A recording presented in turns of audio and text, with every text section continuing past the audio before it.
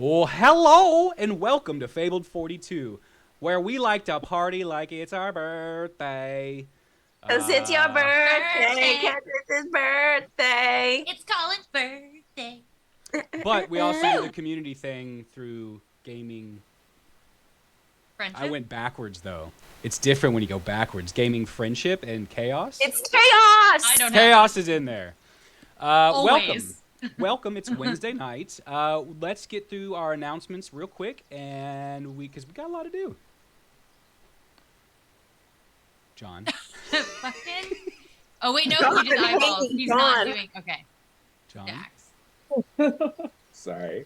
It's My okay. musing is wait, I thought we were doing audio. Are we actually live? Yes. We are. Oh boy. You said audio! No, I said audio and then video. It was like Was it immediate audio? I know! Yes. Like- Yes. they What got you else? ready, It's John. fine. I know. Griffin Co. We love Griffin Co. Longtime sponsor of the channel. They've been amazing, giving us all the donated stuff to give out. They make great minis. They have just great, geek stuff and gifts. They're wonderful. So you should go to griffinco.com and use the code FABLED42 for 22% off your purchase. And we're doing giveaways for first one, right, for them, or no?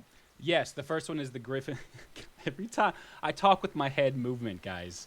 Yes, You do. the first one is Griffin. I gotta Wait, Anyway, yeah, yeah. First one's Griffin Co. Next one's Dice, right? Second one, yeah. yes, Okay, cool. you are right. Just making sure. Yeah. It enter exclamation critical? No. What's the thing? Yeah, Yeah, Critical? I'm doing Cool. everything wrong. We're great. you got it right. We Griffin. got the chaos on lock. We every guys, session. we we do. start. You know, I'm really Say that. proud at how much we just start right in with that chaos. We don't. Yeah, I that's mean, really again, cool. I was confused because usually there is a good solid here's our audio, and then we go off, and then we Yes. have video, You're and it's right. I was waiting for that. Okay, it's fair. I'm not. Same there's no here, blame John. here. You're There's not no alone. blame. I only knew because I had Twitch up, and I'm like, oh, Yeah, we're live. I don't, so it's okay. Which now it makes more sense that you were like, it's our birthday sort of thing. Because Yeah. now they can see you. But You mean the whole intro? You mean Yeah, the entire intro I do every time we go live. Okay. Yeah, yeah. Yeah, I feel like that So- that's point me. Yeah, go ahead. There was a time when I would tell you about Underground Oracle, which is having some changes to its platform, but they create different types of materials and resources to help you create a fun fantasy world to play in, or background info for characters in your gameplay. So check them out, undergroundoracle.com. Nice. .com. Next wonderful sponsor for our birthday extravaganza evening is Nine Realms Gaming. They make really gorgeous products from natural woods, such as this dice tower that accompanies a dice vault and a dice tray, and they all snuggle together in this perfect little amalgamation of perfection. Wow. And what's great about it is these gaming accessories are also affordable. Keyword, people. Keyword. You can make it even more affordable by getting 10% off your next purchase with Nine Realms Gaming using our code FABLED42, ninerealmsgaming.com. You're welcome. Javad. Yeah. And happy birthday. Again, all night. Hi, it's me, Vesta. Special thanks. Oh, that went real wrong real quick. Special thanks to our sponsor, Critical Dice. They have an amazing assortment of dice, and even have a very popular dice subscription service for your inner goblin. Stick around for your chance to win the Critical Dice giveaway that will be called at the end of our stream. Please note, Quebec is straight up fronting on us, and so we had to pull them from our list. They threw the shade first, okay? They did, totally. You know, it was on them for... But also, you can help support the channel by clicking the link there, and for 20% off all non-subscription items. Y'all. Oh. Next. Jin. Oh, hi. Don't forget Oh, hi. to swing by on Mondays at 6:30 p.m. Pacific for the next exciting episode, well, scary episode, of Crypt Creatures, which is our horror campaign DM'd by MZ Dusty. And then check with us on Fridays sometime. Okay, so here's the scoop, guys. We finally got a date for our recording. I can give you the behind the scenes thing. So next month we're gonna record, and then expect a new episode of Duke City Chronicles, which is our Monster of the Week campaign, made by Jason Russell of Critical Dice, who is our keeper. He keeps the story going.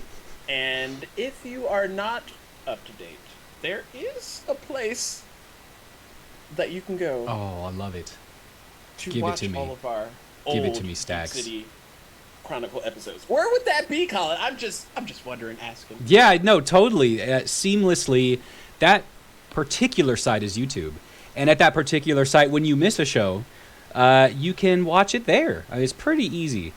Subscribe, and you'll even get a notification. And honestly, if you go to YouTube, it's always like right there on your stream. Like as soon as we put out a show, it's just like, boom, this just got released today, Friday, maybe. And you'll know. It's right there. All right, last tiny bit of business, guys. Subscribers to here on Twitch, you can give out 1 luck and inspiration to the players or DM or a mixture of both to help us out along the way. All right, guys, that's the announcements. I feel like we went through that pretty. We're hoping if you rolled high on your investigation check, you'd notice that Vesta is not here, but hopefully she will be back very soon. She's finishing up a little bit of work, so hopefully. We need her. We will get her. It will For happen. the chaos that will occur in the cave shortly. Yes. So let's roll our video, and then when we come back, we will get right into it. But wait! What? I am so sorry to interrupt Yeah. my wonderful GM, but I know that this is virtual, and I know it's not the same. I can't bring you a cake in person, but it's your birthday, which means, and that's why I'm wearing this crown, everybody, just because I don't have a kazoo and I don't have a little cool party hat. So this is what I got. This is all for Colin. And I got a little D20 for you to blow out. Oh, that's so cool. I know it's virtual, Yeah. but okay, I'm I'm gonna down. light it. Or should we all our are you guys imagination's down to pretty sing? like. Are we down I to am sing? not down to sing, but you can. Y'all don't need. Cherie? to sing. Oh, Stacks, can I count on you, John? You can just put a little, like, you can whisper the song. this is so Happy sweet. birthday to you. Happy birthday to you. Happy birthday, dear Colin. Happy birthday to you. To you, happy birthday. You blew it out, you blew it out. Oh, yeah, See, you blew it out. Virtual. Awesome. Thank you very much. That was very sweet. I hope you roll all the natural 20s. No, you this don't. year to come and all the future. The No. whole year. You just Whole want year. you want the whole campaign? You just want a TPK? I want you, Colin, personally, to roll natural 20s. Oh, you guys meant like, as against the DM, us? yeah. Well, I said what I said. Yeah. I stand by my Why friend. would you do this to I us, stand by my friend. Chelsea? We We'll get be inspiration right from back. chat, okay? So does Stat, you Colin. want to balance it?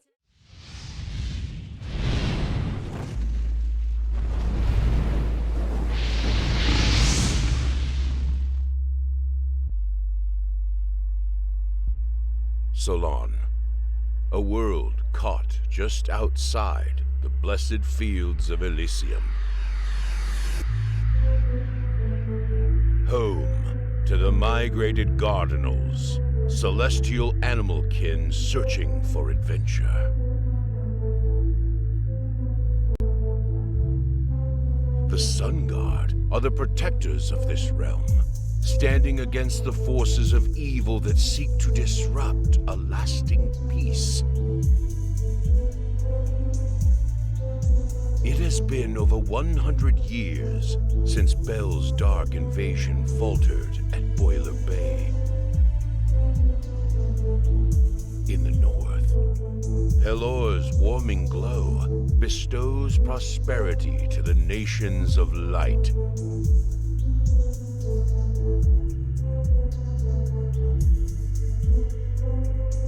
But in the south, a new story unfolds.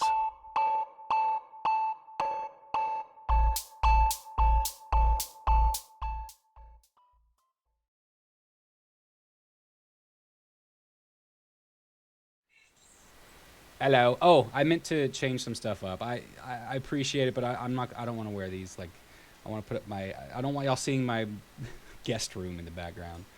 So I'm gonna put this back up. Boop. I'm gonna take these up. Well, I'll just leave them on. You can't see them, but you'll know they're there. All right, guys. It's Let's. like little antennas. It's like Do y'all have your little music mini going? antennas. Like mantis. All right. Let me know, chat, if music is good volume. Thank you. Oh yes, let me put music you, on Bunny. as well. Player that I am. All right. So last time, we're on a new day, which is rare for this group. How dare you? He's not wrong though. Dare you? After you He's call not us out on wrong. the truth. You're right, right? Okay. And I mean, to prove a point, already the sun wasn't even up by the time you made out of your keep with a body. No music yet. Yeah. Why? I hear birds. I do too. hear birds It is. chirping. It decided just not to go. You know, you can lead a horse to water, but you can't make it play music. The morning, It's on all fours. while it was still dark out, the group daftly maneuvered out of the keep with body in tow. Made their way to the night tower to meet up with Buck and his crew. A conversation was had in which understanding of y'all's discreetness going forward and how that should be taken care of. Buck not wanting the Night Watch to have a reputation of taking the bodies of this crew of Githyanki elite guard. I don't, who knows what the town thinks you are these days. And knowing that your next appointment was to meet with Kyson and meeting Nuthanol, the healer, after lunch, sometime in early afternoon, you thought to use the morning by heading out to the cave to find out what Buck and his pack had discovered that was so important that he needed to show you. Is everything good, Stax? Sorry, I see you moving around. I just didn't know. Oh yeah, I'm just making fun that Okay. it's going to be 10 episodes later when we get there. So they head to the cave, the Utyugh cave, down about a 2.5, 3 hour horseback ride into the Badlands. Storms swirling in the early morning darkness. They enter the cave. They search comically, a little bit of sitcom there for a bit, and come back. We come back to Lupin's discovery. At this moment, there had been some interesting occurrences of people losing memory, people not remembering something, knew that they had been here, especially the pack and Buck, knew they had been here before, knew that there was something here that they knew about, but as soon as they entered the cave, entered the deeper tunnels of the cave where it was broken through, seemingly not able to recall. The group searched around. Eventually, some of the party even also had this effect. I don't know if there's anyone more than Vesta, but Vesta, in spider form, experienced this same effect where all of a sudden she couldn't remember how she became a spider, how she got to that part of the tunnel, and what she was looking for. Through more conversation, Lupin finally steeling himself and setting himself, that's to himself, to finding this, finding some clue, finally spotted, kind of behind some rock where this flowing rock had pockets where these smaller tunnels had kind of carved out into the side, some rock broken away and pink flesh, just a little bit behind this exposed rock surface. Sorry, who found it again? Lupin. Lupin is the one who has seen it. So Lupin's the only one who has noticed the flesh.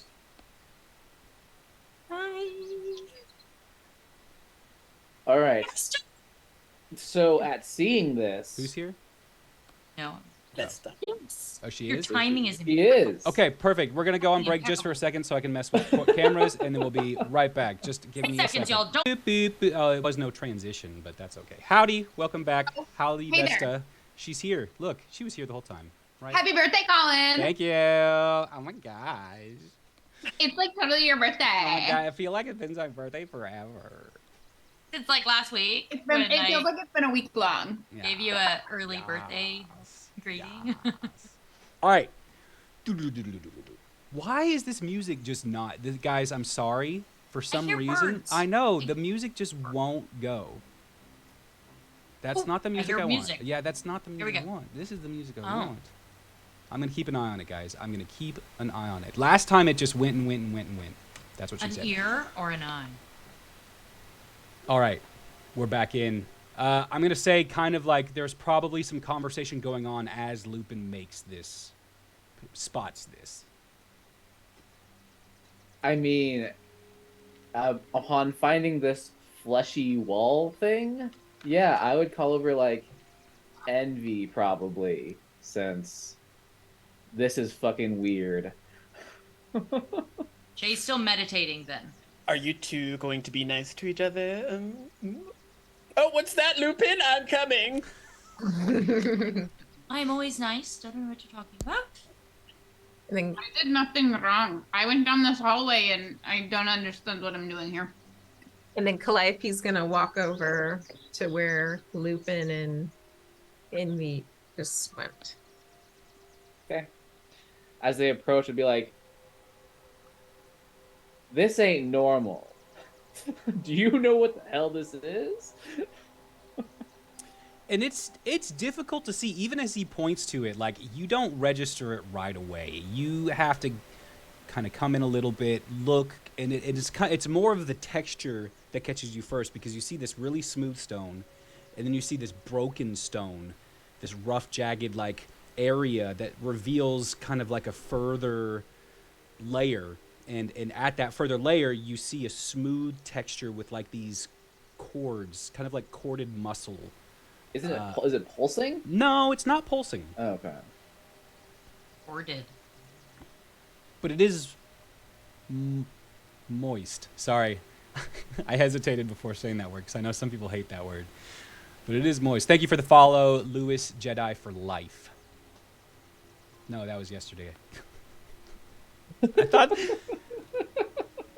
No, a few seconds ago. Oh, Cowabunga, thank you for the follow. Something happened, but for some reason my mini feed was down.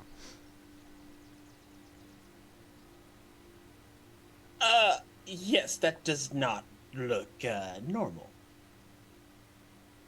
I mean, I don't know what the hell this is, but I mean, I'll keep going. But yeah, I thought maybe if you, with your learned knowledge of the arcane and or religion, could figure what this thing is. But Real quick, I don't know shit.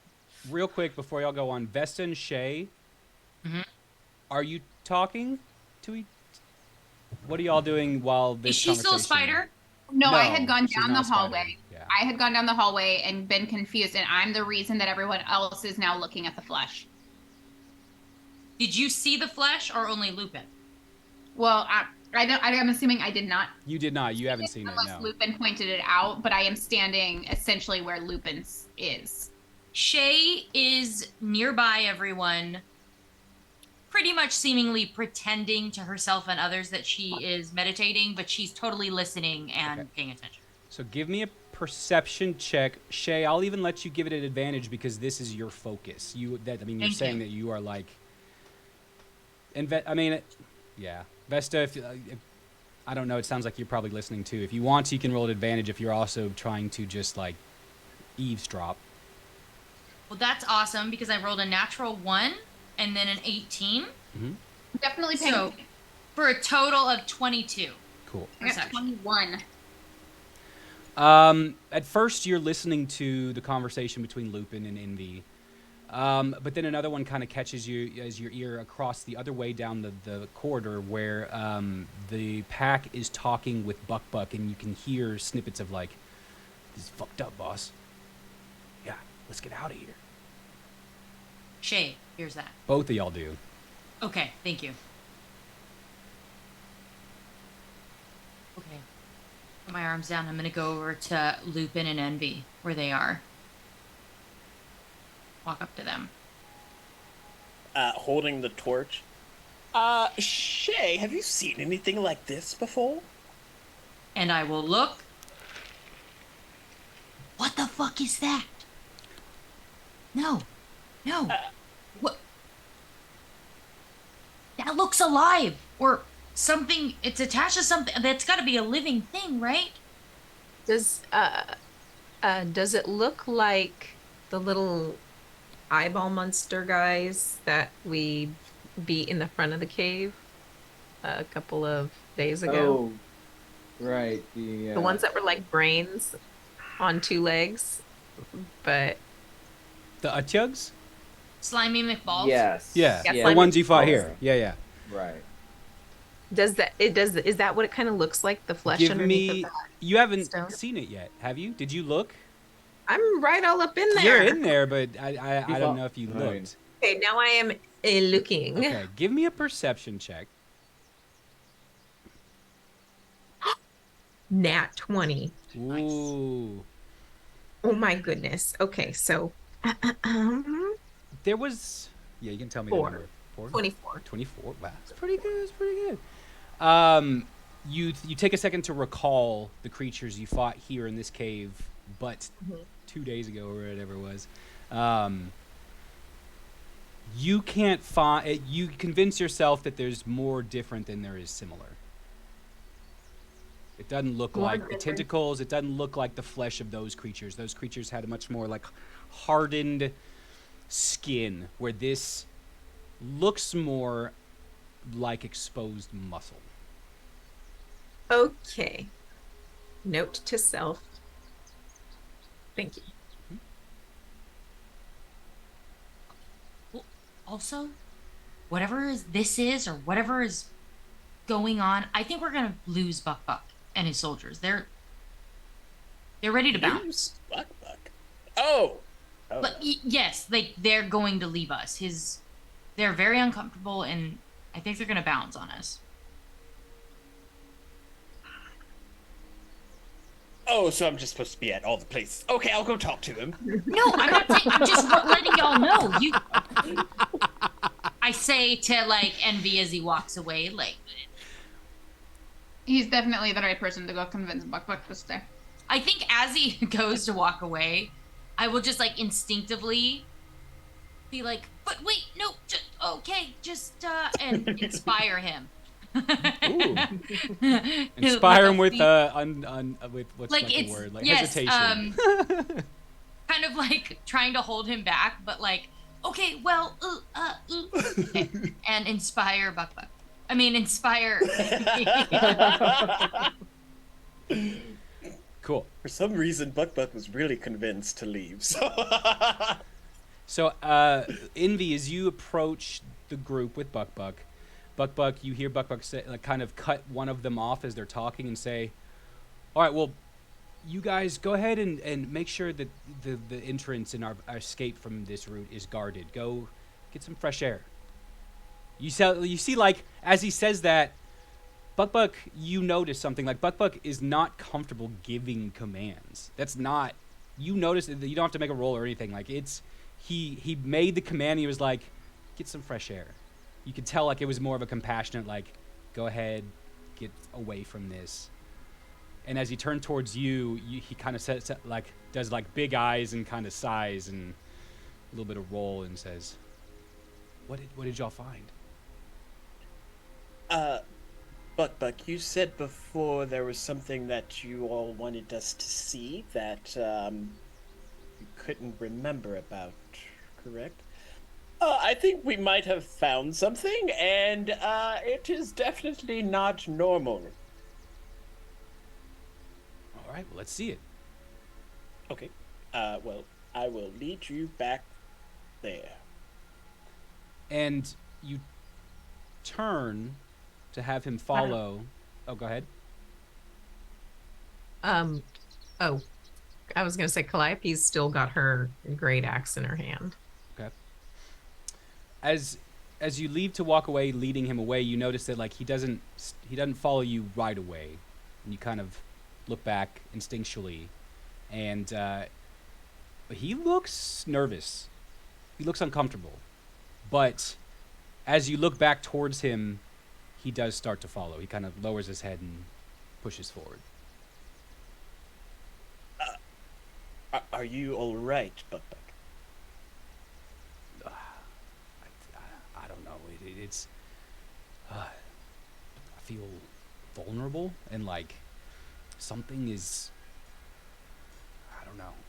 I feel like I would have had constitution against something messing with my mind. You know, like a defense or something. But I don't know what this is, and I don't know.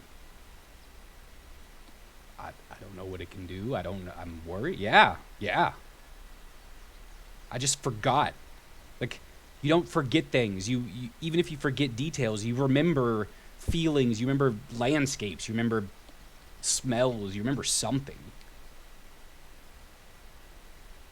So it just read like all of your senses, more than just memories. Imagine, and I'm not calling this place home at all, but I've been here plenty of times, right? Imagine going home and not remember ever being there.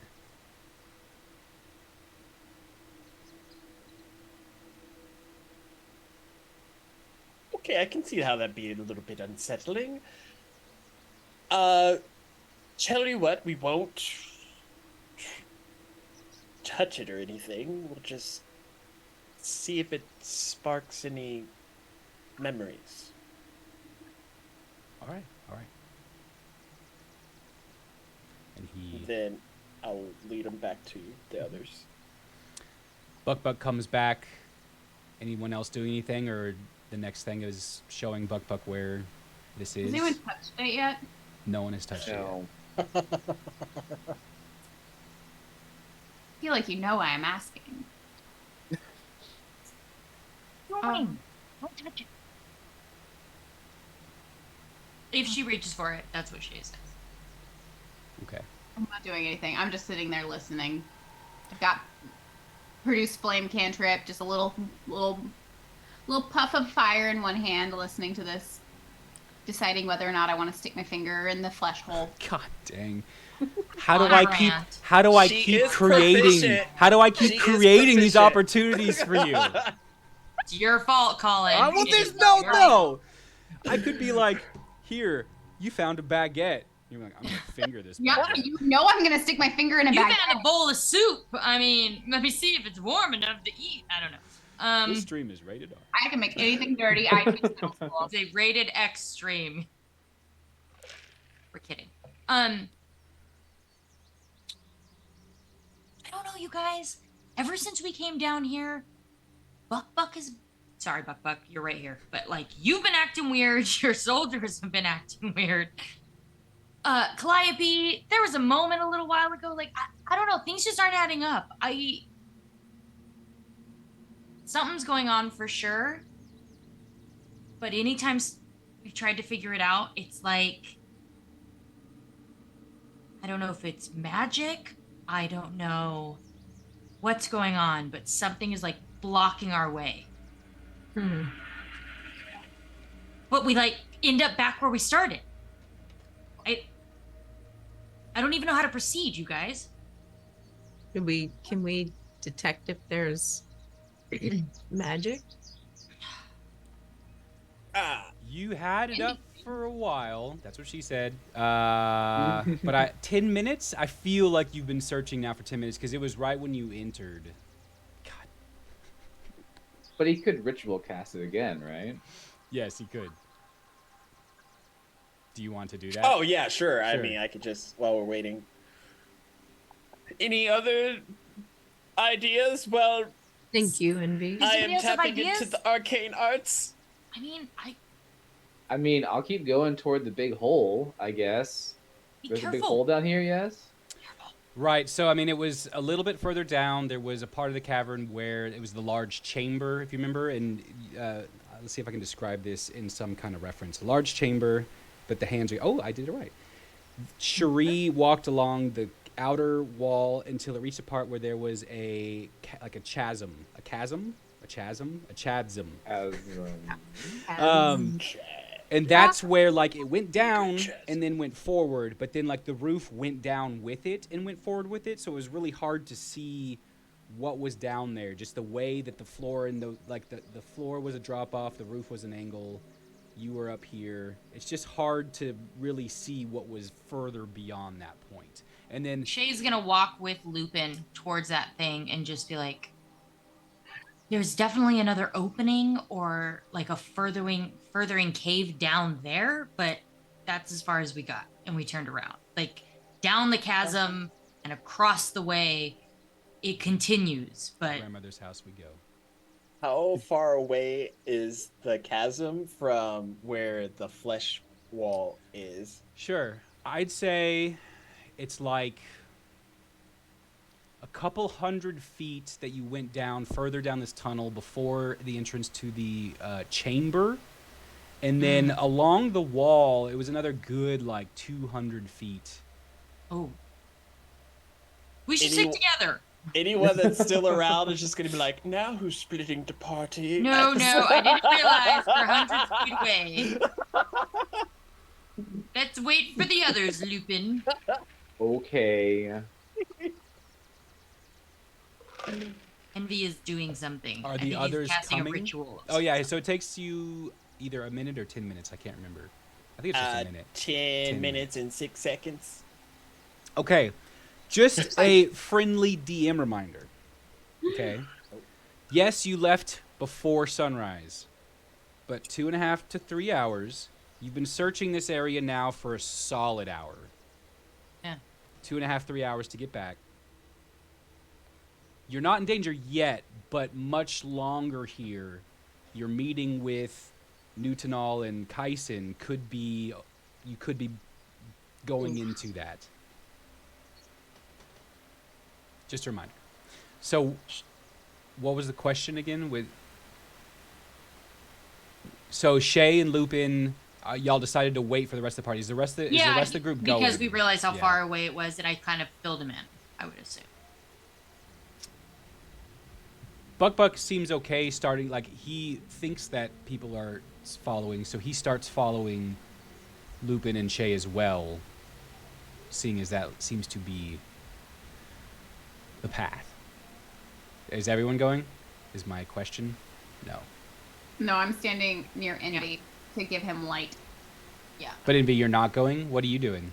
Oh, just no, I'm talking about yeah. after the 10 minutes. Oh, then I would be looking more into the wall. Well, Yeah. investigate the wall.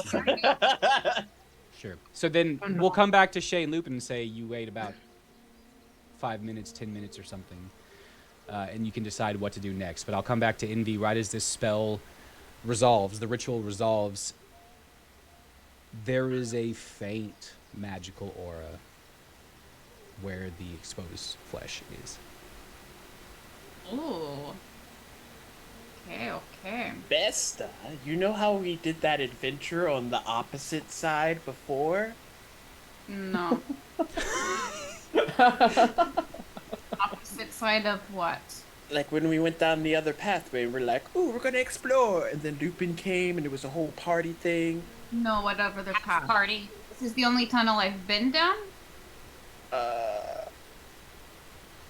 Okay. Yeah, memory things, right? Mhm. Yeah.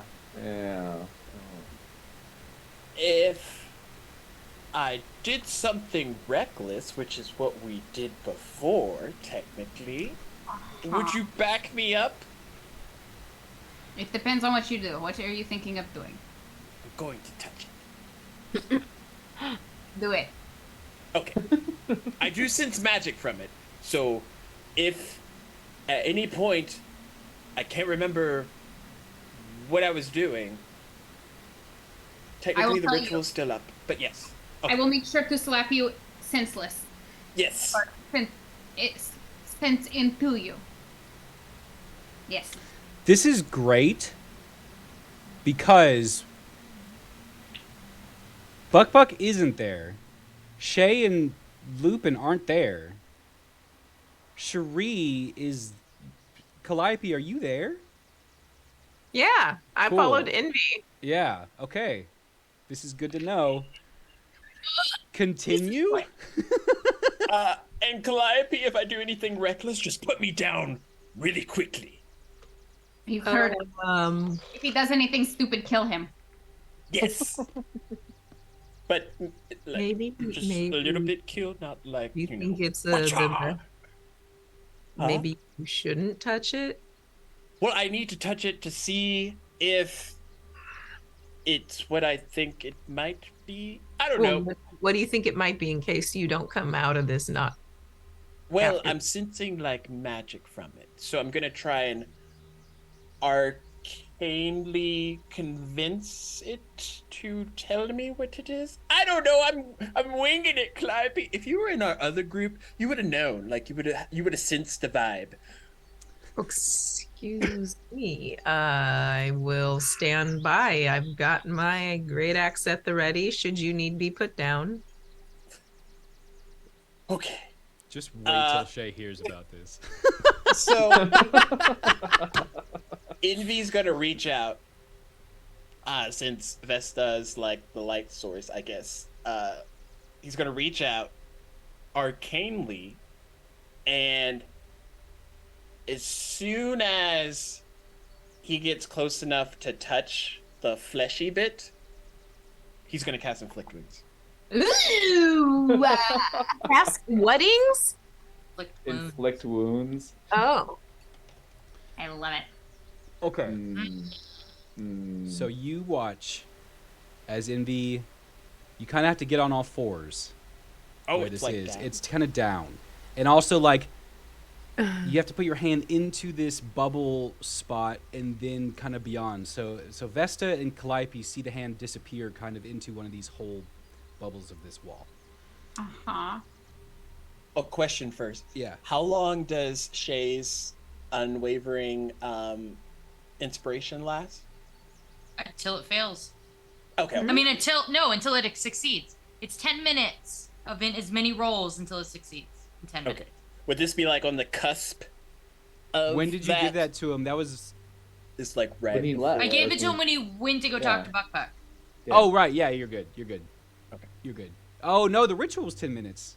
Yeah. Yeah, no, That's what I'm it's like. gone. Yeah, It's gone. Well, it's good to know going in before I go in. Can I guidance myself first? You can. Yeah, you I can. reach out and I cast guidance on you. Oh. Okay. As you're about to do it to yourself, Vesta's got you. Yay. I'm always Okay. willing to lend a hand. Very begrudgingly. You slowly reach forward. And right as your finger breaches, that's an interesting word choice. Yeah, it was. You see with your detect magic going, you see a surge, just like. I need you to make an intelligence saving throw, please. Nice. I'm not proficient at those. Wait. Yeah. Sounded like Oh, him. it's resistance that gives you whatchamacallit. Okay. We're gonna use invigorate. I should have cast resistance on you. I'm sorry. Uh-oh. What's a 2 + 3? That's 5. Not great. 5 fingers say to the face. Slap. Well, cool. So, follow me for a second. In this instance, time is nothing. Oh. You are going through your memories as if they are like a highly fast-forwarded movie reel. Just childhood. All these memories just going, flying past your head. And then you are struck with this sense of fear, but no, it's fear. It's fear. Do you have any resistances to fear?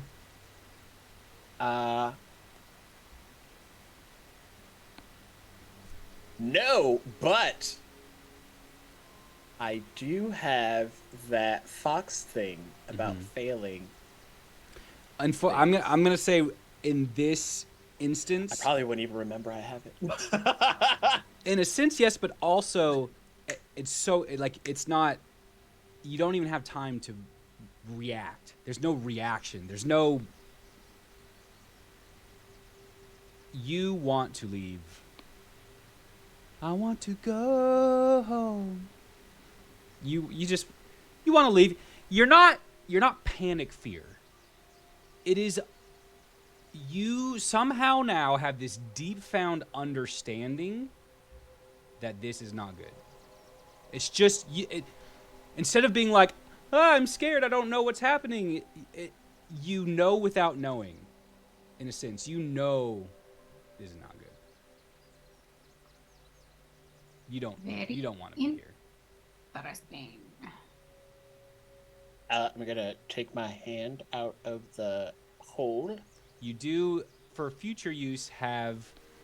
do you want luck and inspo, Tig? Let me know. Do you want both to go to Envy, or do you want to split them up? Let me know. Let me know.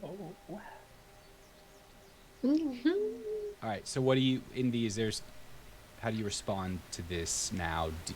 Newfound understanding. So my memories are intact. I just have a fear that I need to leave. Yeah, this is above table, just so you kind of understand. There's no confusion. There's no like, oh, this is weird. It doesn't seem strange to you. You just know. As if you know where you're from, what your name is. You just know that this is beyond you. That this is, yeah, you don't want to be here. Yeah, I'll take my hand out and then grab my torch, stand up. Okay, I'm gonna leave, and then I'm gonna just start walking back out of the cave. Buck looks at Calliope. Oh my gosh, this place is hell. We should leave. Everyone that I know wants to leave. Yeah, your Let's friends. go. Yeah, everyone. So time Lupin and Shey are beyond. Lupin and Shey and wait, I'm wrong. I'm sorry. Buck's not there. Buck went with Shey and Lupin. I'm sorry. Buck's not. And we were waiting for them, right? Okay, well, I just had a Calliope, you're imaginary conversation Vesta. with. It's Vesta. Sorry, no, we'll just rewind a tiny bit. Vesta's there. It's Vesta and Calliope left after Envy just walks away. My bad. I don't fucking understand what's going on. Hey, yo, Envy is walking out the tunnel. It's time to go. He seems to be very convinced that we need to leave. You're yelling that down the tunnel to Lupin and Shey? Yeah. Y'all hear? And Y'all hear?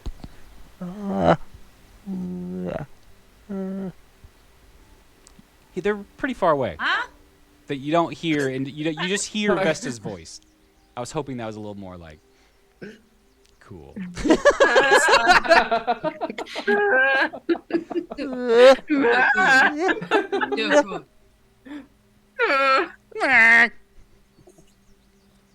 I guess let's go back. Nobody's coming. I guess, like... I don't know. This has been a very, very strange visit to the tunnels.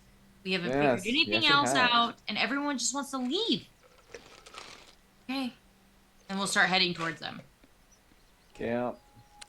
Unless anything else is happening, I'm going to assume that you all meet up in phases as you are leaving the cave, and you find your horses out there perfectly fine.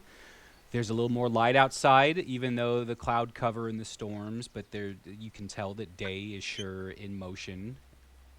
The rest of the pack is out there waiting.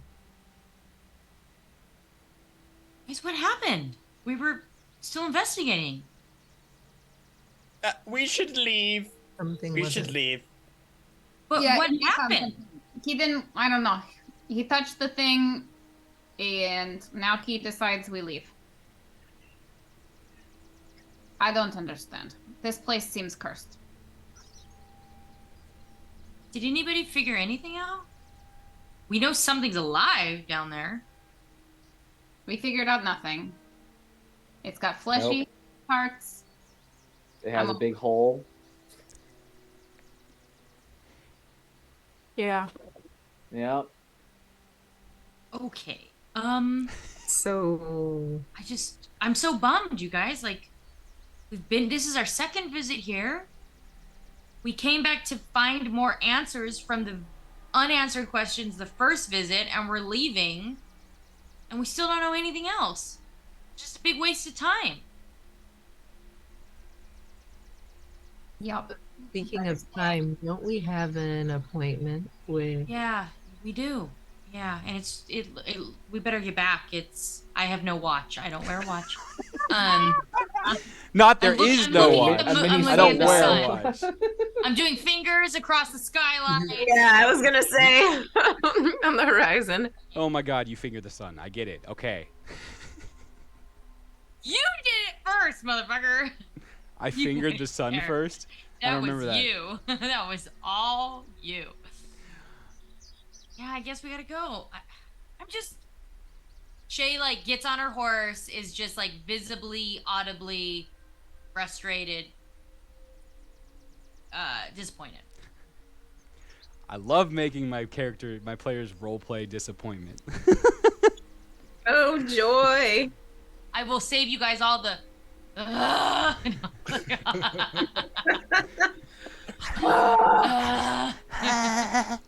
The dramatic vocalization that Shey. She is a performer. She is being very dramatic. I was gonna say you just hear my tea's gone cold. I'm wondering why.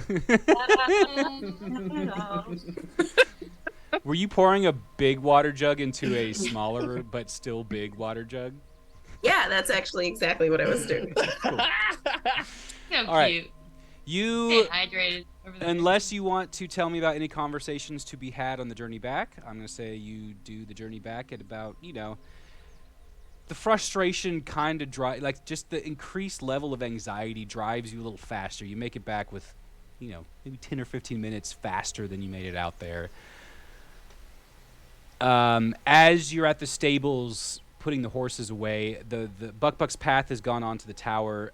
He's putting his horse away, and he turns towards you guys and he says, "So what's the move? What's the plan? Do you want me to do anything?" For the night watch or for the cave? Well, so do we? So I think you said, because I wasn't here for it, that Lord Havish is calling a meeting with all the high lords or whatever, the high people, the leaders. 5 houses. Yeah, we've got 5 days time to figure something Okay. out. I mean, right now, if I understand right now, I'm gonna have to go to that meeting. You will. Yeah. I would like it if maybe it wasn't a surprise to Lord Havish and maybe the other house leaders that I am coming to that meeting. Can we maybe spin this as you were a guest of ours because we knew that, what's his name? Fenric was going on a, I don't know, sabbatical, on a like vision quest. Yeah. I think. Okay, you guys, we have 5 days to figure this out, so we do have some time to marinate and come up with alternative plans. But I think safest option, best case scenario, we get invited to go nonetheless, whether that includes you, Buck, or not. Worst idea, I go in as Fenric and you accompany. I really don't want to have to do it. I'd rather us come up with a different plan. Yeah. But we have 5 No, days. I'm gonna agree. One thing I've learned about Lord Havish, and I mean, And same can be said about Varaka and maybe even Zarok. They have been doing this long enough that lying is difficult. I mean, we can bend some truths, we can omit some details. That's decent enough, but I am not comfortable at the moment having our main plan being going in up and straight up face lying to Lord Havish. That to me doesn't seem like a great idea. I say we get an invite. I agree. There's no reason we shouldn't be invited anyways. Okay, but Figure to it out. Lupin, to your point, I can be there, sure, but the role, we have to figure out my role. Is my role leader of the Night Watch when I go there, or is my role guest of you guys and witness to, I'm sure, what this is about? Leader of the Night Watch. In I my feel so. Yeah, like because again, you're leader in, I don't know, in absentia, like temporary leader of the Night Watch. I have a question. Why is it our decision to decide whether or not he's leader of the Night Watch? We're not in charge of anything. We're No. simply find information. So why don't we just go to Lord Havish and say, hey, yo, Fenric ran. This dude's pretty cool for the Night Watch. And then we're giving him the information that he's asked for that he probably already knows. I'd also be curious to go ahead and tell them all of that to the 5 houses to their faces and see who reveals on the spot certain sentiments that Fenric's gone. Mhm. Maybe find out if there was some of them already knew, how they feel about it. That sounds like a good idea. Could reveal some truths about the situation. Yeah, I see no reason why we need to try and perpetuate some lie about this. I agree. Well, great. How do we do that? We'll tell him the next time we have a meeting with Lord Havish, hey, yo, Fenric turned tail, literally, and ran. Okay, so that's I'm good with that plan. That's on you guys to do.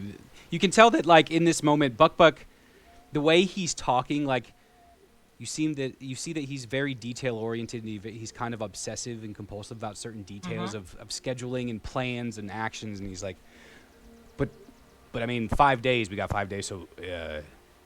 Okay, we'll meet with him tomorrow at 10:31 a.m. If that's a thing here. I don't know if Prime Meridian and Anti-Meridian exist, but we will tell him at 10:31, and we will say what we just said, and then you can be notified after the fact that we've had a meeting, but it's going to happen tomorrow. Does that help you feel better about life?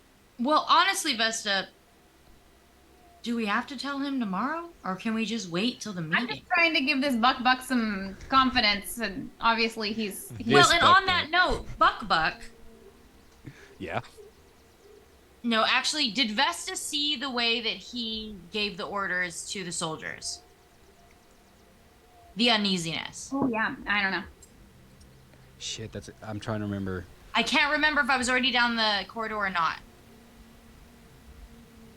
I would say no. I don't think Vesta was watching it that Yeah, I don't exact think I did, 'cause moment. I was no, down the I don't hallway. think so. Yeah. Okay, well then I will alter what I'm going to say slightly and just... Buck, are you still up for this? Still ready to take this role on? You fill this role? Because we'll back you. We think you're ready, but are you? When it comes to the Night Watch, when it comes to my pack, I'm ready. I can do that role. That's all I need to know. But house leader of Gorspire Keep, like the politics, I don't know. I can do my best. I can I learned a little bit from Rick. He told me things to look out for, ways to talk. He has a very certain way of talking to Varaka that's respectful. Shay's gonna like put her hand like right on his shoulder as he's like kind of going off on that tangent, like in a calming, very confident, like, it is an art form. I can teach it to you. Don't worry. I appreciate that. I think that will be. I would value that. But it's good you already know that it is a dance. You will learn the steps, and soon you'll be dancing along like the rest of us. Y'all watch for a second as Buck's eyes dart over to Envy for a second when you mentioned dancing, and then his little cheeks turn red a little bit, and then yeah, I don't know. I mean, I've never done a dance where you fuck up, you kind of die, or you fail your people. Leverage. First lesson. Leverage. And you say that, and I feel like Finrick understood that, and that's why I've been searching and searching through his records, through his journals, through his notes. Yeah. If we have anything for leverage, I will find it. Good. And I will let you guys know. Shey's also gonna kind of like give a little like look over to Lupin to make eye contact. And back. Because knowing Lupin was gonna be part of the Night Watch and has, insight into this. You're part of the team. So you keep looking. We're gonna keep looking. We'll let you know. Well, that's good. I can focus on that. That's what I'll do. Until you guys need something else from us, I'm going to put our efforts into rebuilding confidence with the Night Watch within our inner ranks and looking. We'll look. Thank you, Tabletop Misfits, for the raid. Welcome. Hey! Now, didn't you I like say their you guys? name. Didn't you say Cool guys name. say you're in a hurry? Oh, God, yeah. Calliope, yeah. You're keeping us on track, right? Yeah, that was weird. Yeah, let's head out. All right, so you make your way. You make your way to Kyson's place. So as you approach, it's that same small storefront. Do you knock? What do you do? How do you interact? How do you engage? I feel I've been here a couple of times. Yeah, you've been here plenty of times, yeah. So I would probably just do what I would normally have done, I guess. You know that his door's usually only locked if he's expecting someone, the door's unlocked and open. Okay. You've Well, gotten to the point where you just kind of go in. Yeah, I'll just do that. You try, and the door is locked. Okay. I guess I will knock just to see, if he is in. But again, I guess knowing that he probably isn't. But I'll try. You knock, and you hear from behind the door. Oh God, I had an accent. Was he French? Was Kyson French? I think he was French. I think he was. Yeah. Lupin, is that you? C'est toi. It is. I thought you'd be out. This is normally open if I've been here. As he opens the door, he says, "Precautions for my guest. Come on in." And as you enter, the place looks a little different. He's cleaned up his books that were spread across this large desk. His mess of research has been cleaned up and organized, kind of pushed to the side. And sitting at the desk with several flasks connected to tubes. There's like a candle burning under one of the flasks that's bubbling. There's a tube that seems to be foggy with a condensation coming down the side of it, leading into a separate flask, and a few more diversions and a few more areas. And you see this figure dressed mostly in black, wearing a stark white. Actually, I can bring this up. Let's go here. This is what I was gonna fix, Vesta. You have a little black bar above your head, but I'll fix it sometime soon. So Kyson, this is Kyson, and the figure at the desk, all black, kind of. It looks like leather armor. Like the thickness of the material looks like leather armor, but it's in like a vest or like a trench coat almost style, with multiple pockets here and there. You see on the ground a large white case with a red. This doesn't make sense for lore, but never mind. It's a large white case, and he's there with the mask on currently. And he is in the second beaker where, like, there's bottom beaker, candle, tube, condensation dripping into a second reservoir. He's adding something drop-wise into that second. Are you laughing because I'm a chemist and I know, I know all this stuff?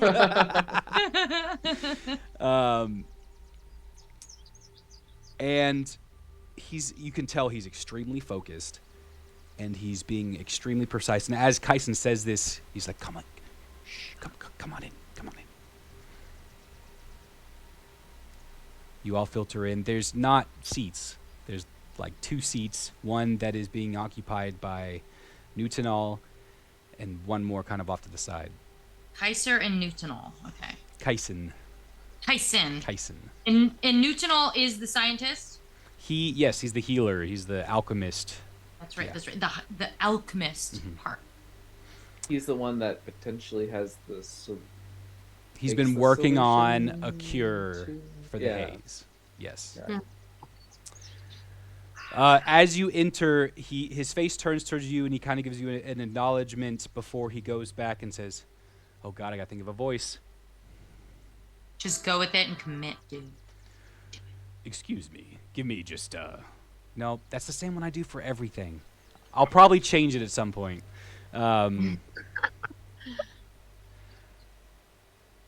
Just a few minutes more, and I'll have something to show you.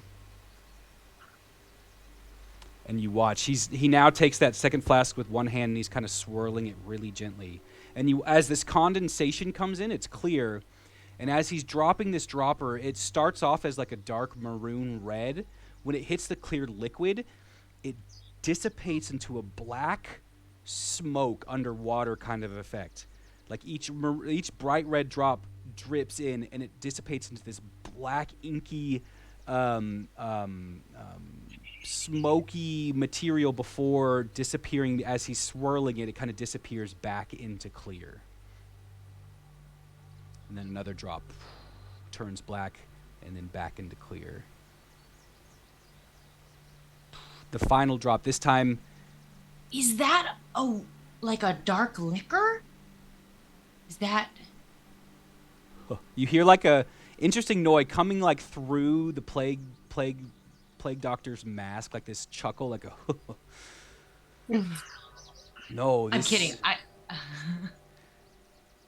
I'll show you. Don't worry. This is something I've been working on for quite a time.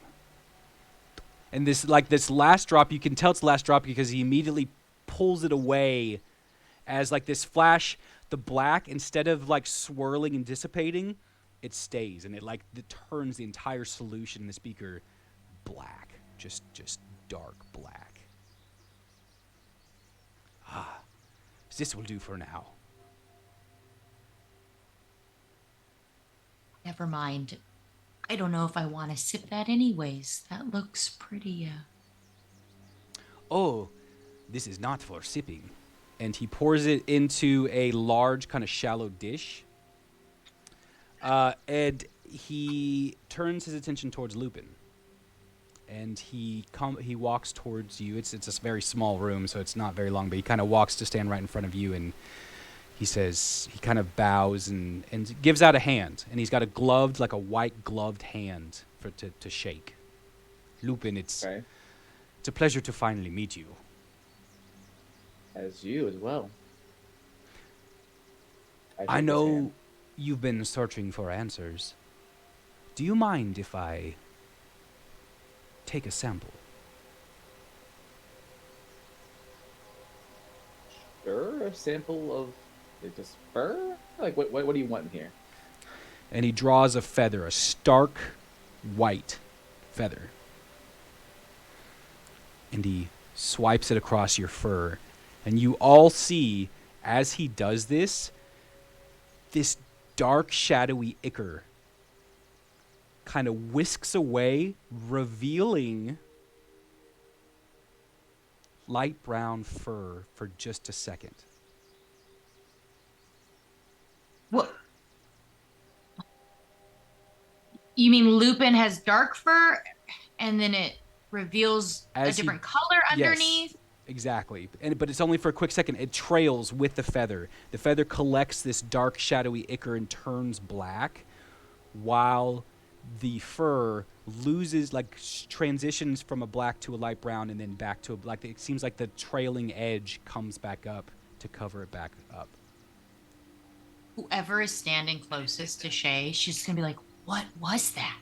What was that?" You are Shey. Who's saying? I mean, you're all like, you're clustered. There's not a lot of room here. I don't know.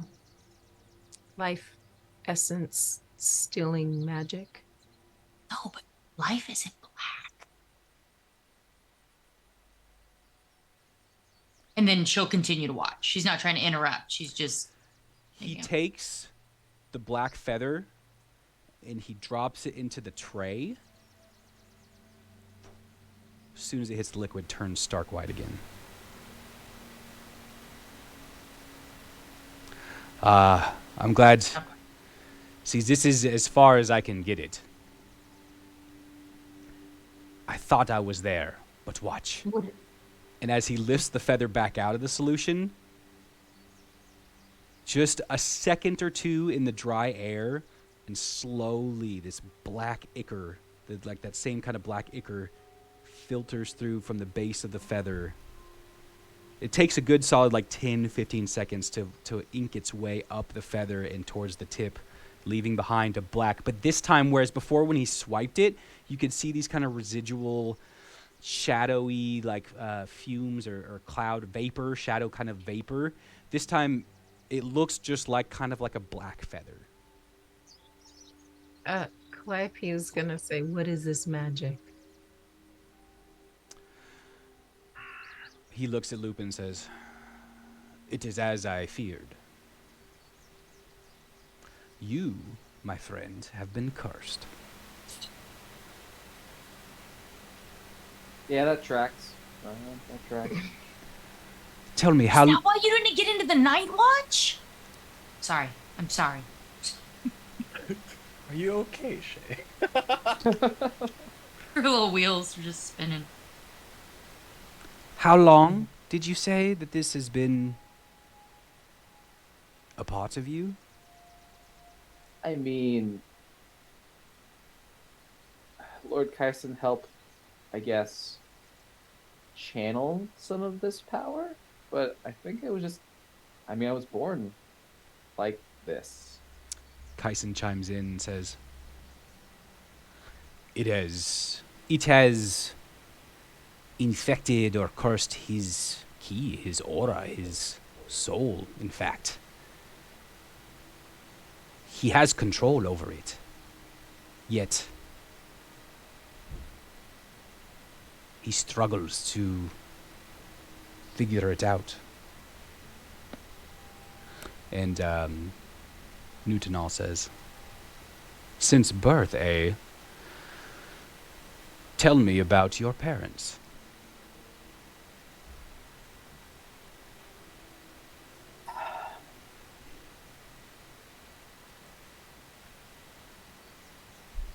My dad was an asshole.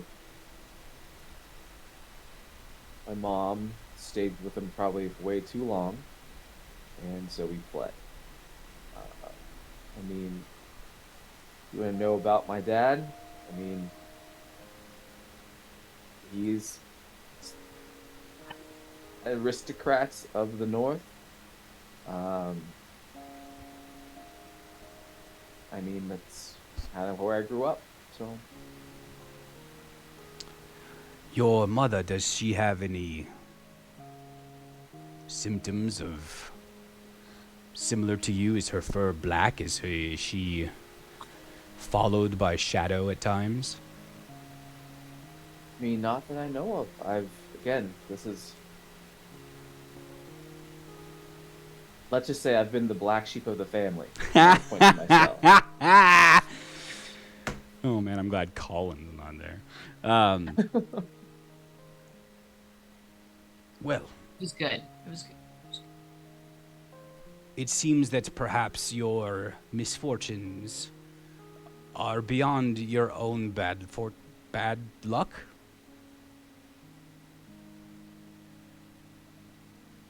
You mean it?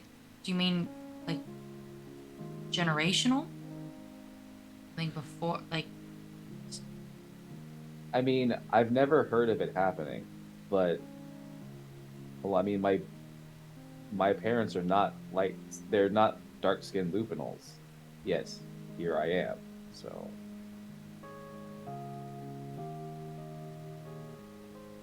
dark skinned or dark furred? Dark fur. oh, furred. Yeah. Okay. Yeah. I don't know the source of your affliction. Just like we don't know the source of the affliction that affects people here or people across this continent. I know it's hard to tell who's talking because they're both the same accent right now. We'll say this is Kyson. I have been researching and reading that strange events have been occurring and being recorded across all of Solon. I don't know. I'm an abnormality, but like a regular one. It doesn't. It's not uniform. It's not consistent. The events, and I must say that as a, to be honest, I'm piecing together pieces that may or may not actually be pieced together or be connected, but from what I can tell, certain events have been happening across this land. And as far as I can tell, that their occurrences have been increasing since the first one recorded near 150, 200, 300 years ago.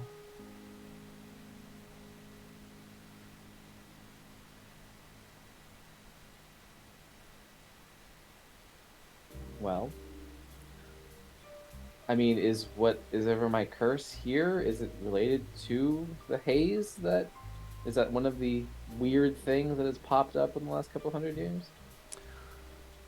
Yes, the origins of the haze are unknown and have been around for a while and seem to potentially maybe be increasing. And then Nuthanol steps in with a different voice. You know what? Now's a good time to go on break so I can figure out what fucking voice I'm going to use to distinguish the French guy from the other French guy. All right, guys, if you didn't hear, I'll do exclamation giveaway. We do have Siri, I swear to God. Enter exclamation critical in our chat to be entered into our giveaway that we will do after our break. This giveaway is our Griffin Co. giveaway. You have an option for several rewards, prizes. So stay tuned, stick around. 10 minutes, guys. That's how long we need to do the things we're going to do, like think of an accent. Thanks for being here tonight. We love you guys. We will be right back. See you soon. I didn't fix your thing anyway. Oh, they can't hear me yet, though. Oh, they heard me. No, they didn't. They heard you, but you didn't say anything. But they didn't hear me. But they hear me now. Can you hear me now? Welcome back. We hear you, but they not. It's easy because I do my microphone direct through. Do you want me to fix it? Is it crushing you? I will. I'm gonna do the giveaway first, and then I'll fix it while everyone's going. Ooh. Eclipse 501. Eclipse 501, you win. What is they win? Eclipse. I don't know what they win They because get I to missed the choose. opening announcements. Is John looking at us or not? That's what I really want to know. You never will know. You'll never know. Thank you, technology. Is that better? Are you happy with that, Vesta? Ash? Vesta? I am. Yes, Vesta? I am. Okay. Yes. Good. I don't feel like I'm gonna get Vesta crushed. don't know shit. Hey, Clips, find me in our Discord. The link is right here coming now. Discord. Eclipse, if you're listening, you That's do want to not right. reclaim this. Oh, you are here. Cool. Because it is a cool Find me in the giveaway. Discord, and we will get your selection selected. I do that way more often than I think is normal. I don't know. What? Like say like the same word again in the next couple of words, and it's so awkward. funny you say that because since we are all on Marco Polo together, I've noticed that I'll be like, I've noticed. I repeat things in couplets, especially at like a send off, and it's so annoying. And I apologize to everyone, but I have to be like, I'm sorry. I'm Thank sorry. You, thank you. I'm sorry. Goodbye. Like everything's in couplets. It's so That weird. might be like a. You might want to get the old ticker checked out. No, I'm just kidding. Yeah, I know, dude. I know. Oh no. I wrote numbers. Oh, no, oh, backwards no. today. Oh, no, oh, no. Am I dyslexic too? All right. Finding out way too late. I say like. I use like all the time. Like. Oh, I know I've kind of phased that out enough because being a scientific speaker, like you just can't. You can't. like all the time. Yeah. Like you just can't. Can't like. But You can't like, but you can like. Like a little bit. Like a little bit.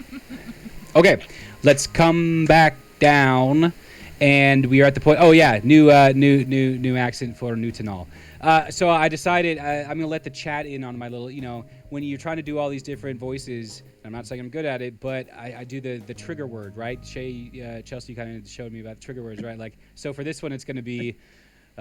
Three bats. That's my trigger word. All I have to do if I can't find the accent, I do that. And I do it. Okay, so. So yes, there is a connection between Lupin and the haze, in the sense that it seems the requirements or components needed to cure them, or at least affect their affliction, are similar. This is the work I've been working on for quite some time now that is close, I think, to being able to cure the haze. Now, let me tell you, the ritual works the best. It's no secret. The ritual brings in divine magic to... It's more than just one cure or a step in the process of healing. You have to eliminate the curse and then restore a certain part of the essence before it becomes permanent. Now, for the ritual, the permanence comes from a component of the ritual. However, if I'm going to find a way to do it without that component, the expensive part, then it comes down to doing something similar but different. In my case, I have taken several different herbalist, alchemist type recipes that have similar effects as some of the divine components of the ritual. So, restoration, healing, elimination of curse and dark influences. But finding permanence for this pathway is a lot more difficult. As you can see here, I can remove shadow, but keeping it removed is the problem right now. But I might have an idea. And Kaisen says, yes, this is why I knew this meeting would be beneficial for not only you, but for him as well. And he says, God, I'm jumping. I've never done this before, guys. 2 NPCs with 2. I've never. This is new for me. Achievement unlocked right here. Great. Thank you. You're doing so good. 3 bats. There is how much do y'all know about Morellian Forest? I think, is it Calliope? You know the most? Calliope does know the most. This is what she learned from Felicia's face Felicia's place. face place. Yeah. For spa day. I know there are whispers of something being off in the forest and no good can come from there, but just a bunch of weird occurrences and people left with strange feelings. Yeah.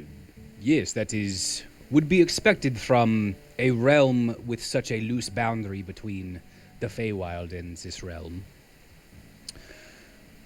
However, it presents the opportunity for someone like me to find reagents and plants and components that sometimes we wouldn't be able to find.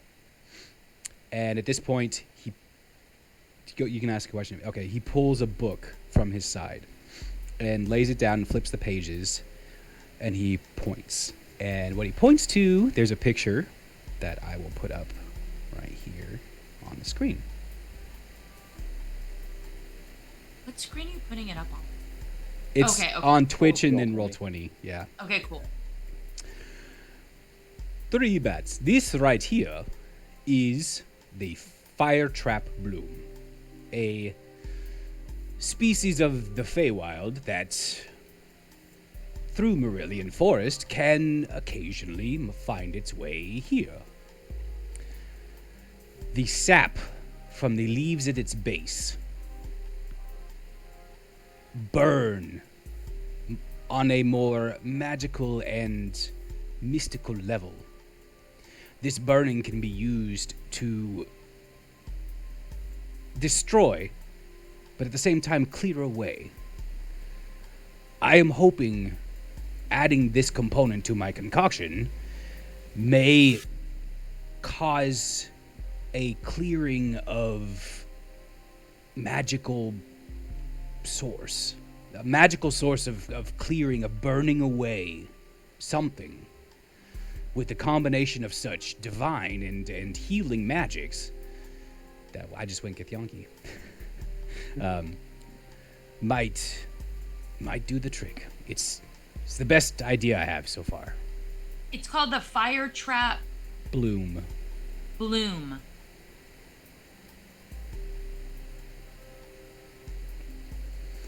So have you already, like, harvested what you need from one of these creatures? Or are you saying you think that if you do, you'll get what you need?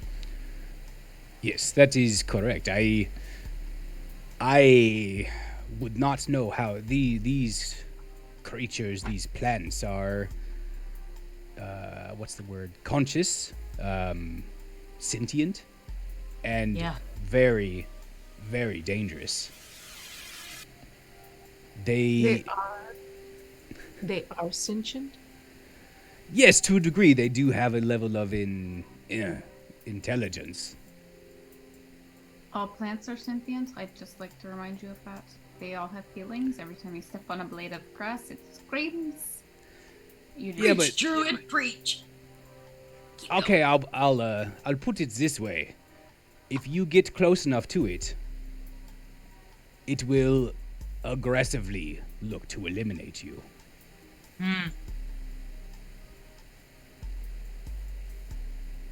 Did he show us a photo of it? Yes. Yeah. Okay. Yeah, that looks pretty aggressive. And big. How tall is that thing? He reads the text and says, the reports I've seen have said they can get up to 10, 12 feet tall. However, it's more about their dominion, their domain. They can spread out. They kind of gain dominion of the area around them. It says as soon as you get within around 100 feet, you will start to feel the intense heat of its flame.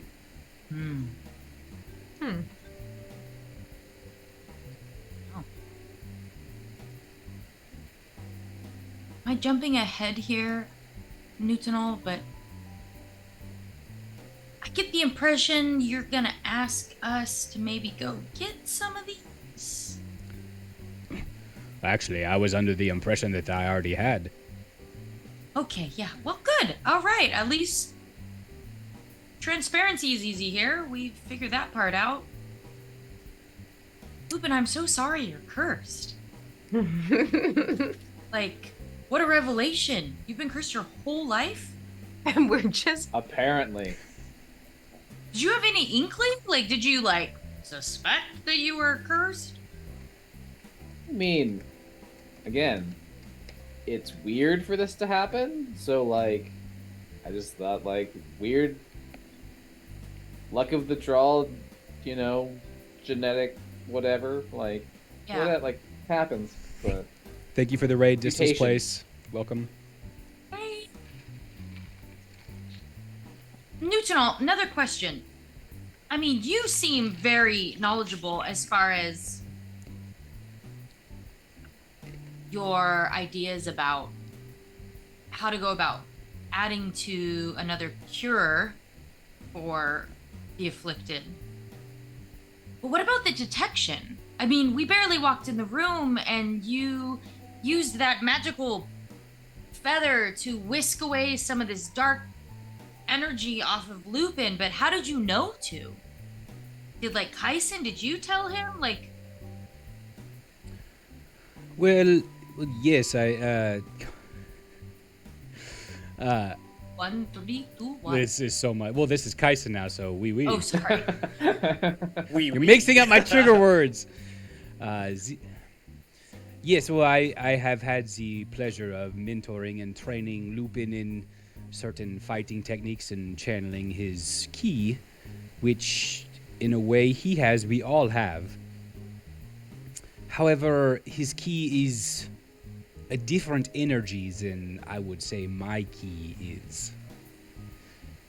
There is substance to his ki. There is mass. There is shadow. There is darkness.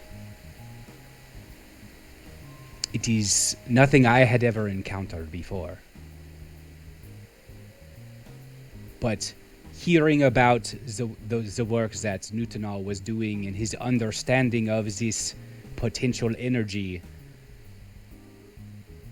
it is becoming more apparent to me that shadow is not just a natural phenomenon, but more of a magic source itself. Its own conscious, its own flow, its own energy. Perhaps things are more connected than we think. Did either of you guys give us insight into how we can detect it amongst ourselves and others? and how to find it. I mean, we're there's a lot of sick people. I don't assume everyone is as cursed as Lupin is. It's probably not as common, but the statistics on how many people are sick, and now we're all being exposed to it and throwing ourselves into these situations. I just would love to have some kind of insight into to be making honest, sure none of us get sick. I had not thought of detection or in the most simplest of forms. 3. Perhaps being in the brightest light will help you see the smallest of shadow. Okay. It's something for us to work on, and Shey looks to Envy. Something for us to work off of. Did Calliope's curious about that look. No, because he said brightest light. Looking at our healer over here, I mean, She understood. he is the beacon in our Just say the part of words. darkness You are over the here. brightest light of this group. Blinded by the light. I just want to say for the record, I'm literally a light, and I Oh, you are the light and the darkness, my friend. That is for sure. thank you. I appreciate that. I thought you might. A spade is a spade. Nuthanol at this moment says, so, yes, I do think that if I have this component, that perhaps I can. Now he's just a lower voiced French guy. Look, we're getting there. Perhaps I can. This could be the missing piece. If I would have to imagine that the last component you would be able to get in a large quantity. The other components are not that difficult to me. I can gather them for relatively cheap. If this works, we have a cure. And how will the cure be dispersed? As freely as possible. Okay. If this is connected to the ritual in any way, could the source of this fire trap bloom be doubly coveted? Kyson says, well, that's a good point. The only way I can see this happening without those types of consequences are if we keep it as on the down low as possible.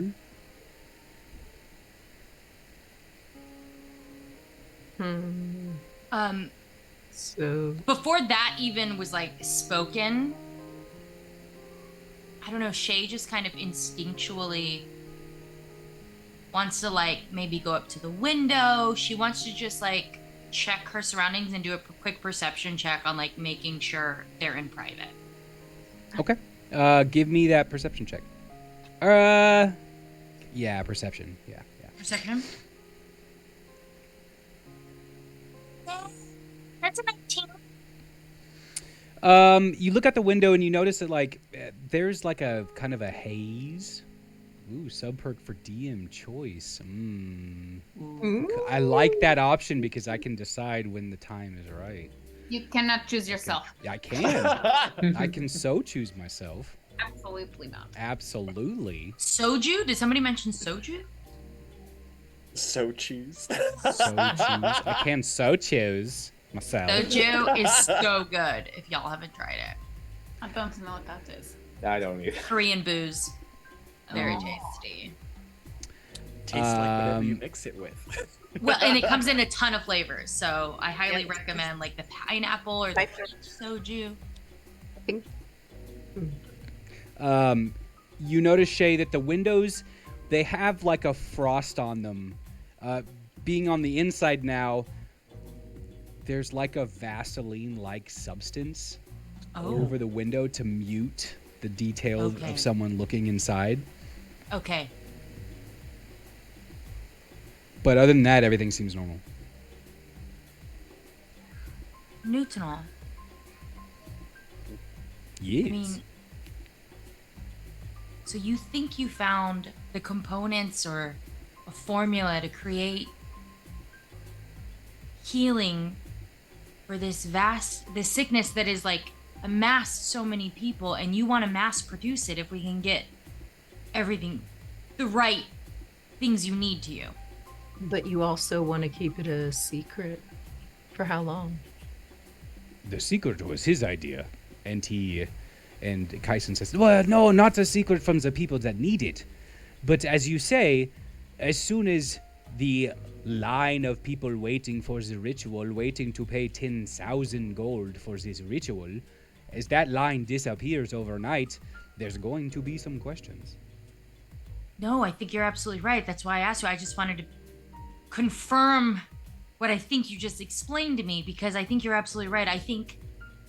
However, as far as I understand the rules of Gorspire and the rules of this ritual and the way it has been imparted, there is nothing that says a new cure cannot be given to the people.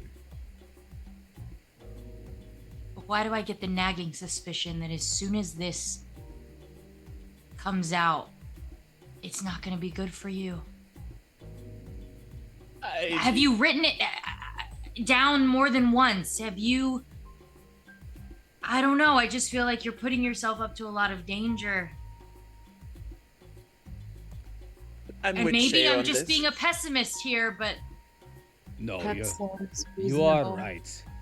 Kaisen has warned me many times to say that this work I do could have negative consequences. But I am a healer. That's what I do, and what was that, If- Envy? What were you saying? Oh, I was just agreeing with you. I think if this newfound cure comes out, there will be a target on Nuthanol's back. do you guys have... I mean, Mostly can... because I believe most individuals who administer the cure might be in it for the money more than the cure. I appreciate the caution, and it will be my safety and health will be a main concern of mine. There are advantages to my role. Not many here have seen my face. I could create enough to go around for a while and leave. Okay, but before we leave, I think we need to discuss even more safety nets around this. I agree. But perhaps we've... Like, don't underestimate. I appreciate that, but shouldn't we make sure that it's going to work before? No, we should definitely Yes. have. We should Both. have. We should have some sort of protection watching you from this moment forward. As well as all of your work. I mean, I'm sure you have some things in your head, but if you have it written down, There are many people here that rely on my healing. yeah. I can't simply close shop and slip into the shadow. Do you have your formula written down? Yes, and he pats this. It's a different. This it'd be a different book. We'll say that the book he had on the table. This time he takes out a smaller kind of notepad style book, and says, I do. All my research is right here. Shay's gonna really try and perceive it. And, take note of what the notebook looks like for, safekeeping in her head. Sure.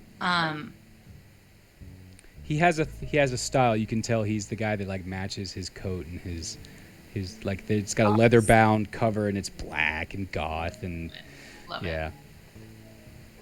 it. Maybe hide it? Also, maybe duplicate it and hide that too. Or bestow the duplicate with somebody you can trust. He looks over to Kaisen. And Kaisen says, "This is a good idea. I will make copies of your notes and send it to my temple. They will keep it safe. And potentially, once we know it to be real and to be a real cure, they can be the one to spread it." Yeah. Be so careful. I know you say you are, but I don't know. I just have a bad feeling. As much as I'm very excited that you have potentially figured this out. But Yes. as Envy said, there is a lot of gatekeeping going on as far as who can administer this healing. We will take the time to figure out the best way, the best plan for action to put it in. But I must know. I must know first if it will work. It's a risk. No one has tried this before. This is a guess on my part to say that this component will add that extra bit of destruction to accompany the healing that might do the trick.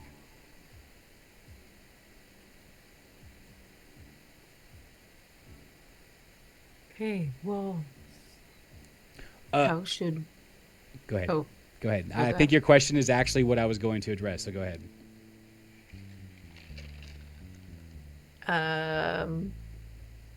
Well, how should we handle a security detail? Oh, that wasn't, but it's okay. I mean, do we all agree that he should be protected? Yes, very much so. I mean, anyone really, but Protected from who, though? anyone that would seek to do you harm because of what you have to offer. Yes. Well, so far I don't have much more to offer than basic healing. But I see what you're saying. Could we maybe have the Night Watch walk protect them? Do we... Do you have a safe location where you practice your remedies? I do. The people here know the location of... It's Heed's Healing Hut.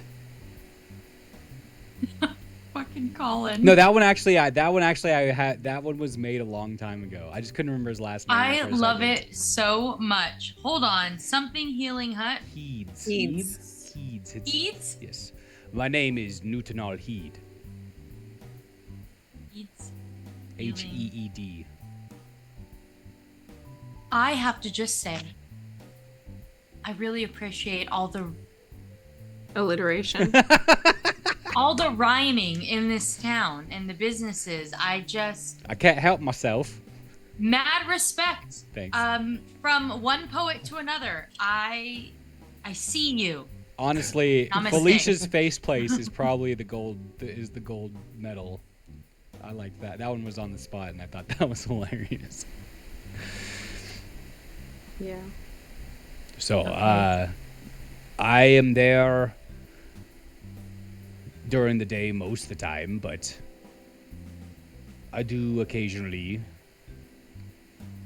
go off, and I need to search for my components. Yeah, having members of the guard protect you while you're out on errands or getting supplies to make elixirs and whatnot sounds like a good idea. The Githyanki Guard? Oh. Maybe this is a job for us. But how do we manage that if we're going to go out to wherever this is to get this plant? Thought we were talking about not the guard, but Night's Watch. The Night's Watch.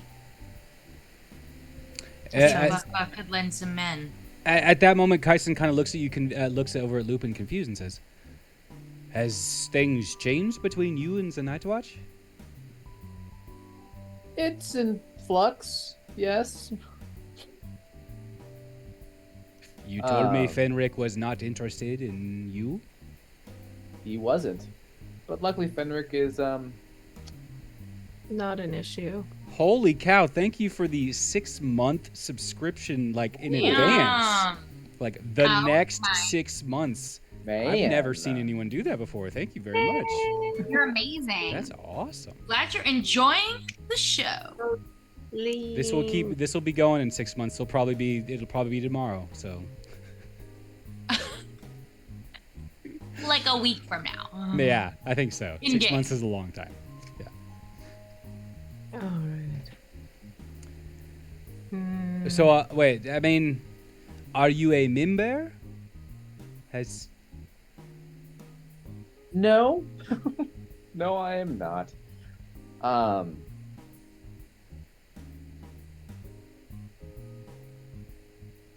I mean, if we're laying cards on tables here, like, right now, Fenric is... Actually, I don't even know where he is. We don't. He's just not here. So... Right now, the Night Watch has new leadership. Ah, that's interesting. I've never known Finric to leave. Perhaps this was something arranged between Finric and Lord Havish? Oh, no.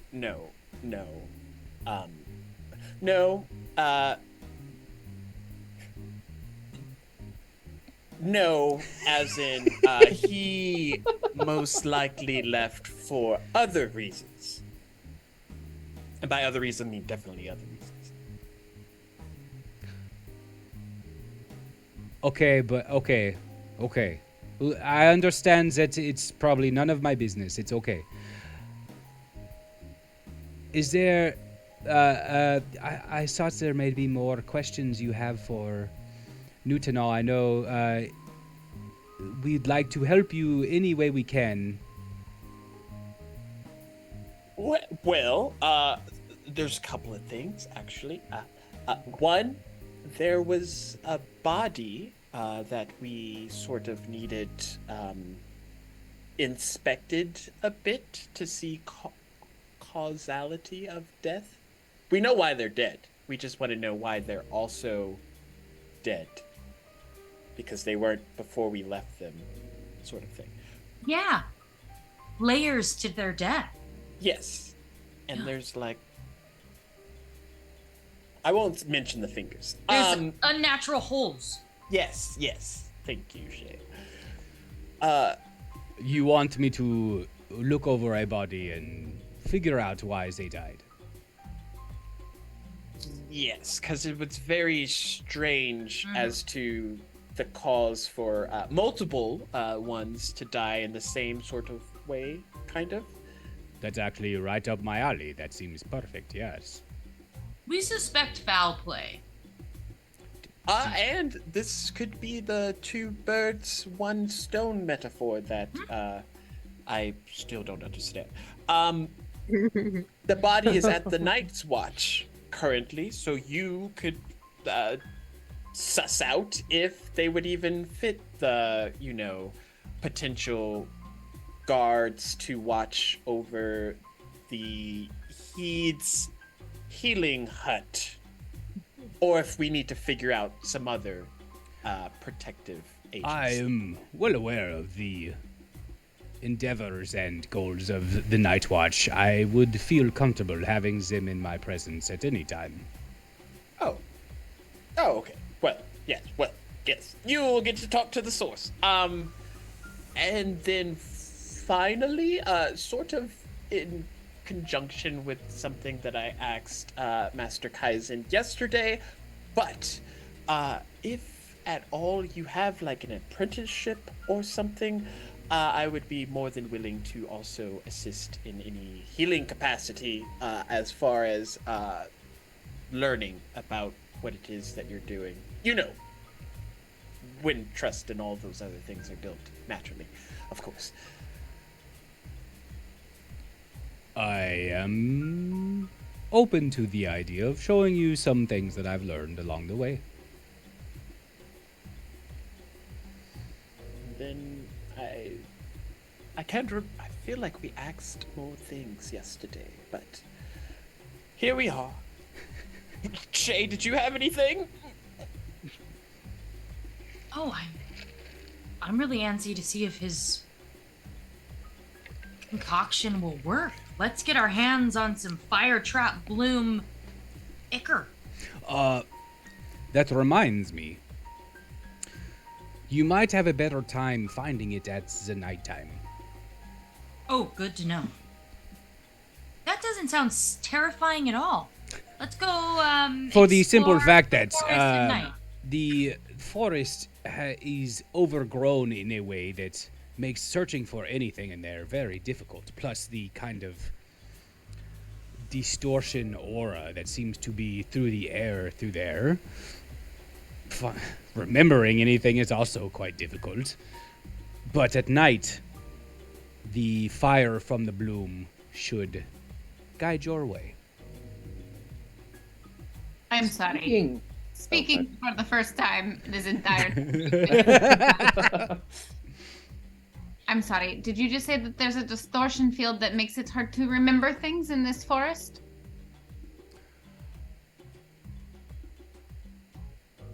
He like Nuthanol, you see like the mask kind of turn to the side in this inquisitive nature.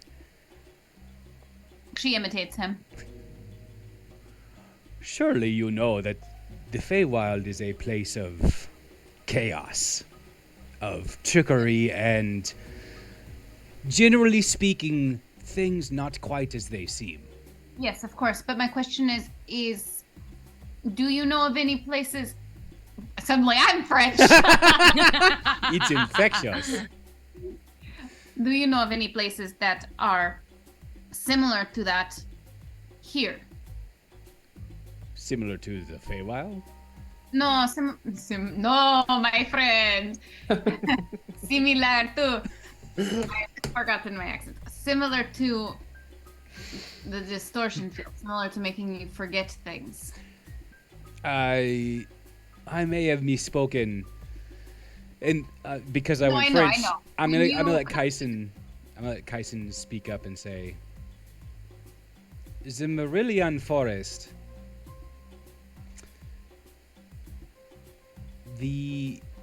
As soon as you enter, your vision is all you need to understand that your vision is all of a sudden no longer as reliable as you once thought. You must use all of your senses to navigate the Marillion Forest. Which is Lest- wonderful to know. That is not really why I'm asking. I don't particularly care about the Marillion Forest at this moment. I'm really just curious if you've ever encountered a strange area of this city in which you have been walking and suddenly, like, Thank you. your brain goes all scrambled and you're like, oh, I don't remember what's happening. Like if it was underground, like in a cave. Shh. Don't give away what we're talking about. Shh. I mean, Don't know what we're anything. talking about, to be perfectly honest. The great expanse of all. Just in general, have you ever heard of any? You talk to lots of people. Have you ever talked to a person who has suddenly forgotten what they were doing or why they were in the middle of a field or? A question for you.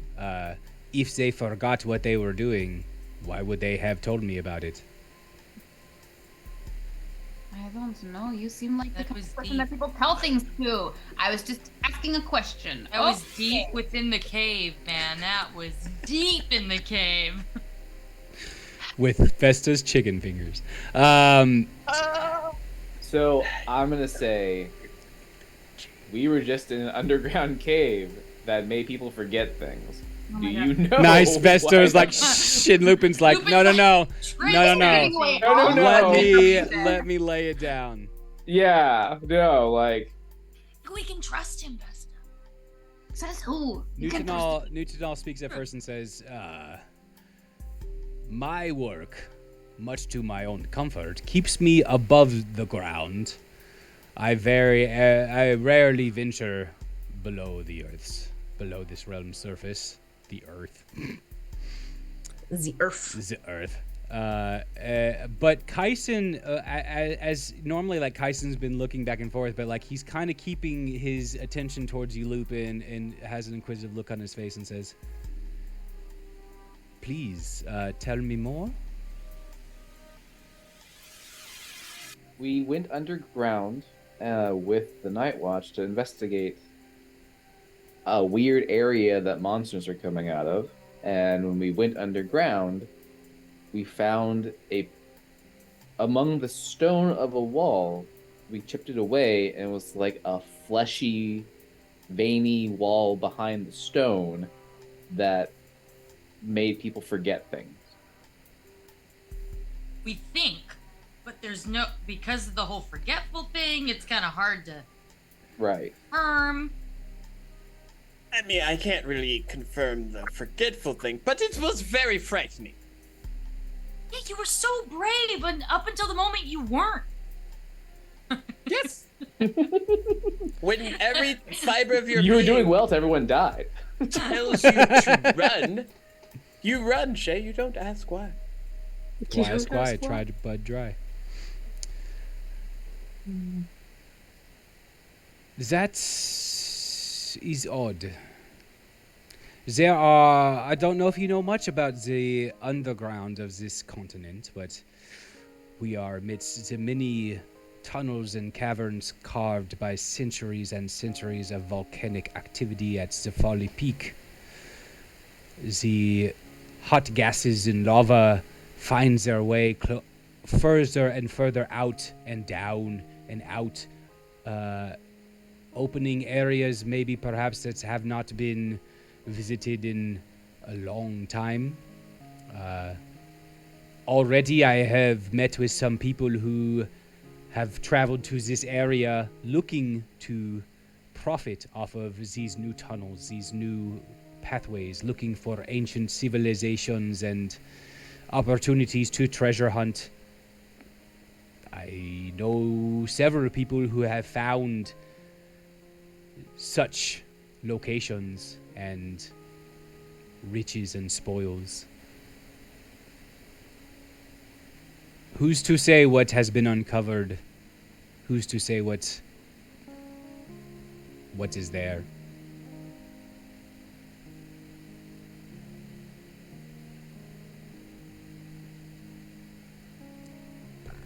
Cool.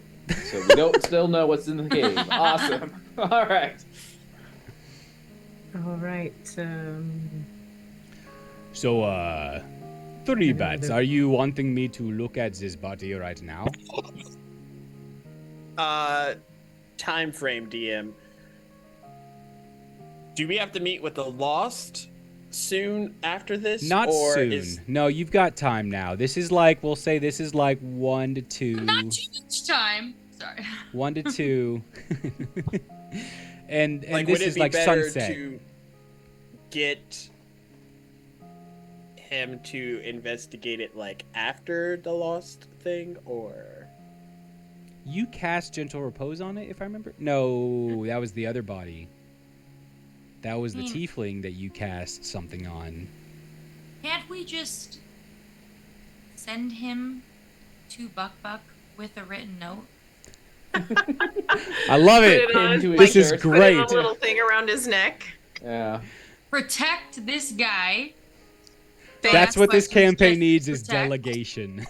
And I could do a solid. Shey, I could take Nuthanol to the Night's Watch and just meet you all at the lost place that we went to yesterday. okay, well, we'll go get some food first, and because like I need you there.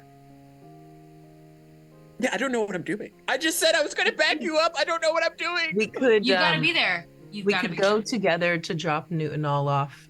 Yes, we'll and- drop off Nuthanol and then give you time to determine if you need to investigate the body now or later. Right. No rush.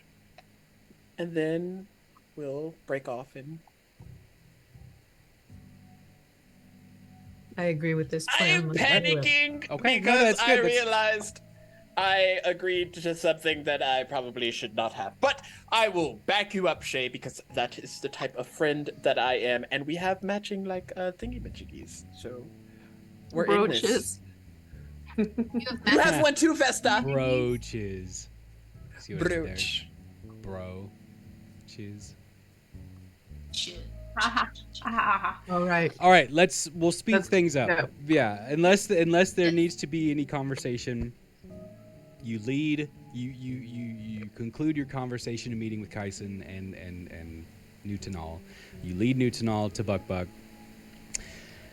The body is, of course, not like on the table down under the Night Watch. He invites you up into the Night Watch. In that first level, there is a space cleared. There are towels. There is the body on like a table on a desk. Nuthanol takes out. He has a big white bag. He opens it up, and of course, there's what you would imagine a plague doctor would have: scalpels, forceps, instruments for surgical procedures. He's got mixtures. He's got like solutions and herbs and certain like powders. He has like, it's really interesting when he opens his kit. Some of you that can see like the top row along the top lining of his case is these small vials of powders, like looking almost like pigments and dyes. They're very uniform, fine powders of varying colors kind of across this like holster type style along this case. And he like takes the cover off of the body and he starts doing his investigation, and he goes straight for the head. You guys described it a little bit. He goes straight for the head. You see him look on one side and look on the other, and I mean, it doesn't take him long to immediately be investigating the temple, the one side temple of this body. We'll say it's the left side. He takes a scalpel out and he cuts along the flap. He takes forceps and he pulls that fragment of bone that was kind of on the side that flapped over. He pulls that off, revealing the entire void there. And then you see him take a mirror and like it's almost like dentist tools, and he's kind of looking through the brain material, and he says, I've never seen anything like this, but there are certain attributes that resemble a parasite, something that finds a location within their host to grow and live and feed off of the host. And he kind of like pulls apart part of the brain and kind of tries to show you guys. It's very difficult to see. It's not big. Like, and this is my own personal experience coming in here. When you look at a book at like human insides, all the color coding, you're like, oh yeah, I can totally tell that's that and that's that and that's that. But when you actually open a body, okay, I need to preface this because this is weird now. I used to work at a medical examiner's office, so I've seen autopsies. I'm not like a serial killer. That's what he wants you. It's all pink, right? Like, you can't distinguish things. It's all, if you don't know, you don't know. That's what I'm trying to portray, is like, you see what he's pointing at, y'all don't know. It's very difficult to discern things, but he says, there are petechial hemorrhaging, small bursts in blood vessels and parts of this brain that it seems whatever this parasite was able to access a feed for feeding purposes or something, but this looks like something was infecting this person. Do you think that could mean mind control as well? Like control of the proximity? That would not be surprising. Okay. So how would a parasite like this end up? Does it leave, or is it killed, or how would it have gotten out of this? Most parasites that I've encountered will be ingested and find its way into its preferred location within the intestine or some other cavity within the body. Perhaps he ate something or inhaled something that this parasite was in. The parasite was allowed to feed and grow to a certain degree, and that growth may have then led to some kind of mental capacity. Thanks, Tig. I see that.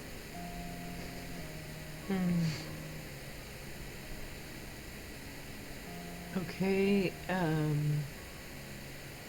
So, did something take the Did someone or something take the parasite out, or do you think it left on its own free will? That there is a great question. As from my inspection, there's no way to know. Do you think this hole was the parasite? I do. Something in this place grew. Something occupied this space. Have you ever in your days heard of a parasite controlled by maybe a mage or with magic of sorts? He, like, it's hard to tell because he's wearing a mask, but, like, his face turns towards you, and there's, like, a pause, like a good long pause as he looks at you and says, "That sounds like things nightmares are made of." Does that mean no? Not in my experience, no.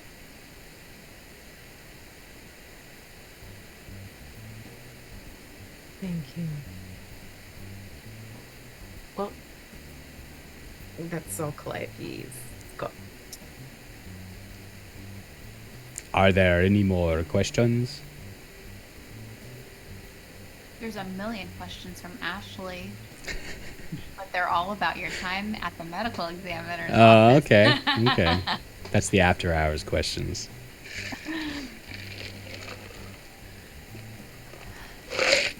All right. The autopsy gets concluded. We'll say it's like 3 o'clock in the afternoon.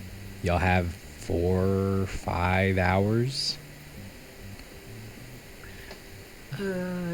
That's a lot of time for you, Shey. I'm sorry. We'll see.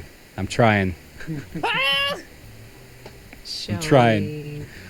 Shey, you mentioned wanting to get a food or a thing. Been traveling for a while. In that cave. In that meeting. I'm hungry. Meeting. Marcus, eat. But Sure. am I the only one that likes that place? No, it's good. If I you know wanna you. go I know somewhere you're. else, I know go you're a somewhere fan of the else. pork butt. We can go there. Okay. Yeah. All right. You guys make your way to Meats by Marcus. And pretty much like as soon as you get in view, he's out there serving one table. He turns to you. "Hey, my friends! Welcome back! You enjoyed my meats?" We did. Always, yes, Marcus. Great to see you. Thanks. Okay, what you Vesta, going to be you, today? You don't know what you're missing out on. You haven't Oh, tried. Vesta, you turkey haven't had yet. meats yet. Sometimes I forget. It's now the time to tell you I'm a vegetarian. Character Oh, so you only eat the development. sentient beings that you're so protective over? We are not having this discussion. Yeah, I'll Calliope get- just kind of looks over at her and is like, more. Hey, for if you me." want, we That have wasn't rhetorical. Brussels sprouts. I Have love you had Brussels. Brussels sprouts? Yes. Brussels sprouts only vegetable on Marcus Meats menu. That's a weird vegetable to have on a barbecue. No. They're cooked in It's a pork good one broth. with pork. That Delicious. defeats the problem. That defeats- Secret meat. He Well, doesn't know. Marcus is not woke. He doesn't know. He's not woke. It's not woke by Marcus. Oh, no. They're not open for breakfast. Come on. I mean, no corn on the cob? What Should is we go somewhere? We else? did this before, didn't we? There's like this weird trigger of memory that feels like we went through the corn of the cob question before with Marcus Meats. I don't remember. I don't know. Maybe I'm dreaming it, but But it's like a great, Marcus. It is a great vegetable to put on the grill. hey, Mama, but that- everyone here they go for the Brussels sprouts. It's a favorite with the Marcus Meats. Okay. We eat the meat. Okay. We'll get it because, as you say, but maybe the only reason they're going all for the Brussels sprouts is because that's the only thing they can go for. I never think of this. You say Marcus Meats needs to become Marcus Meats Plus? Yes. I mean, more money, more options, more money, more but sales. more work. It's me behind the meats. I do the meats in the morning, and then I serve the meats in the afternoon. Where am I supposed to do the vegetables? You I don't you even just know. put the vegetable on the same skewer as the meat. Cook together. No problem. I don't know why I'm talking like you are. I'm sorry. I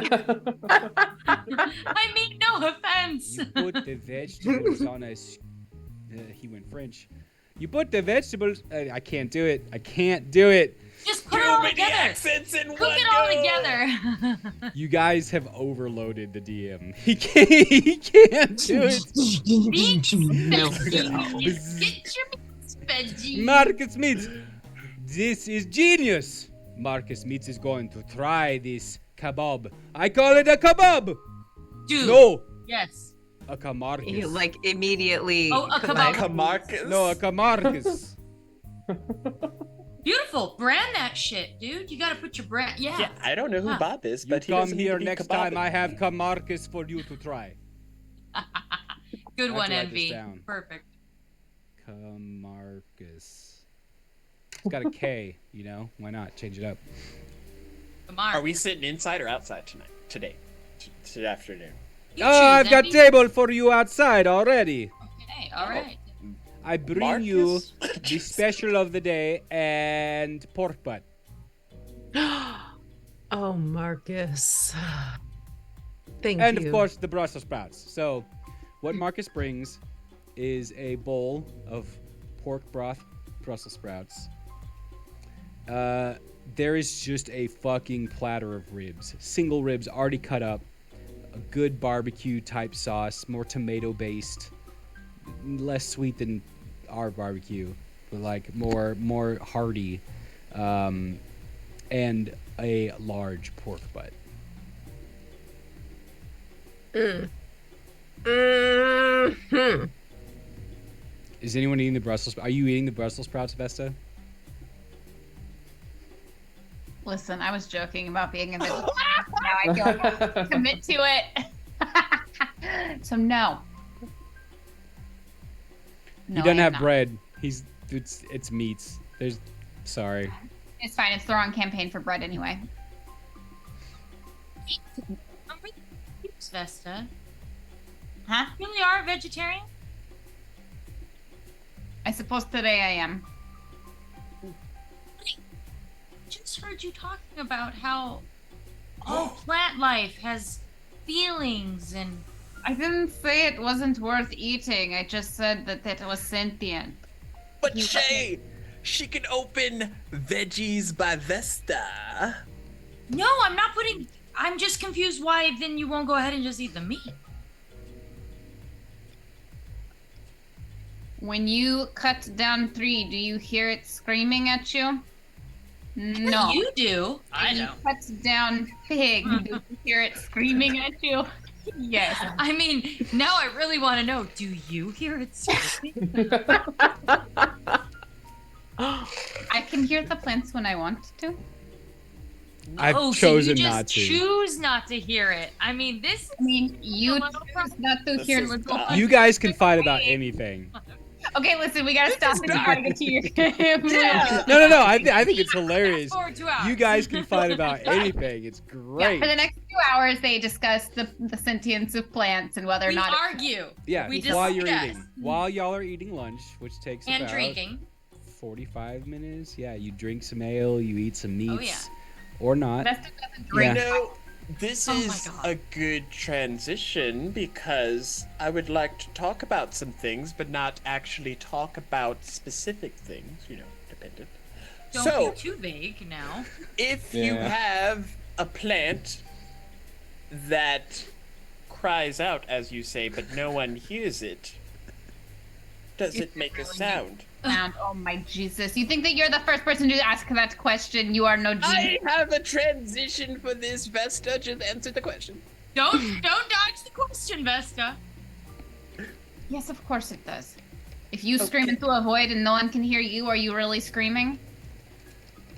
That is deep. Yeah. And that's also what I'm Cavern talking about. Screaming. It is deep. So back at the cave, let's just say I was a screaming plant Uh-huh. and no one was listening. Uh-huh. But no one knew to listen. Huh? I think that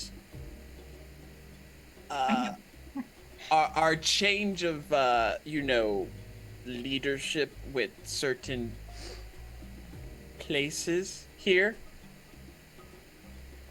we have more answers than we did before. If you're fully confused, then I'm sure everyone who is possibly listening to us at this particular moment is also confused. But for those that, paid attention to the assignment, he like winks at Shey, who looks like... So what you're saying is that we should stop telling people that somebody has left management of a certain group because we don't know who to trust in the city yet. No one said that, Vesta! That's what I'm saying. You guys share your secrets too easily. It's These embarrassing. really good Brussels sprouts, you guys. Those plants are... Liffey's gonna take one of her claws and like put a Brussels sprout on it and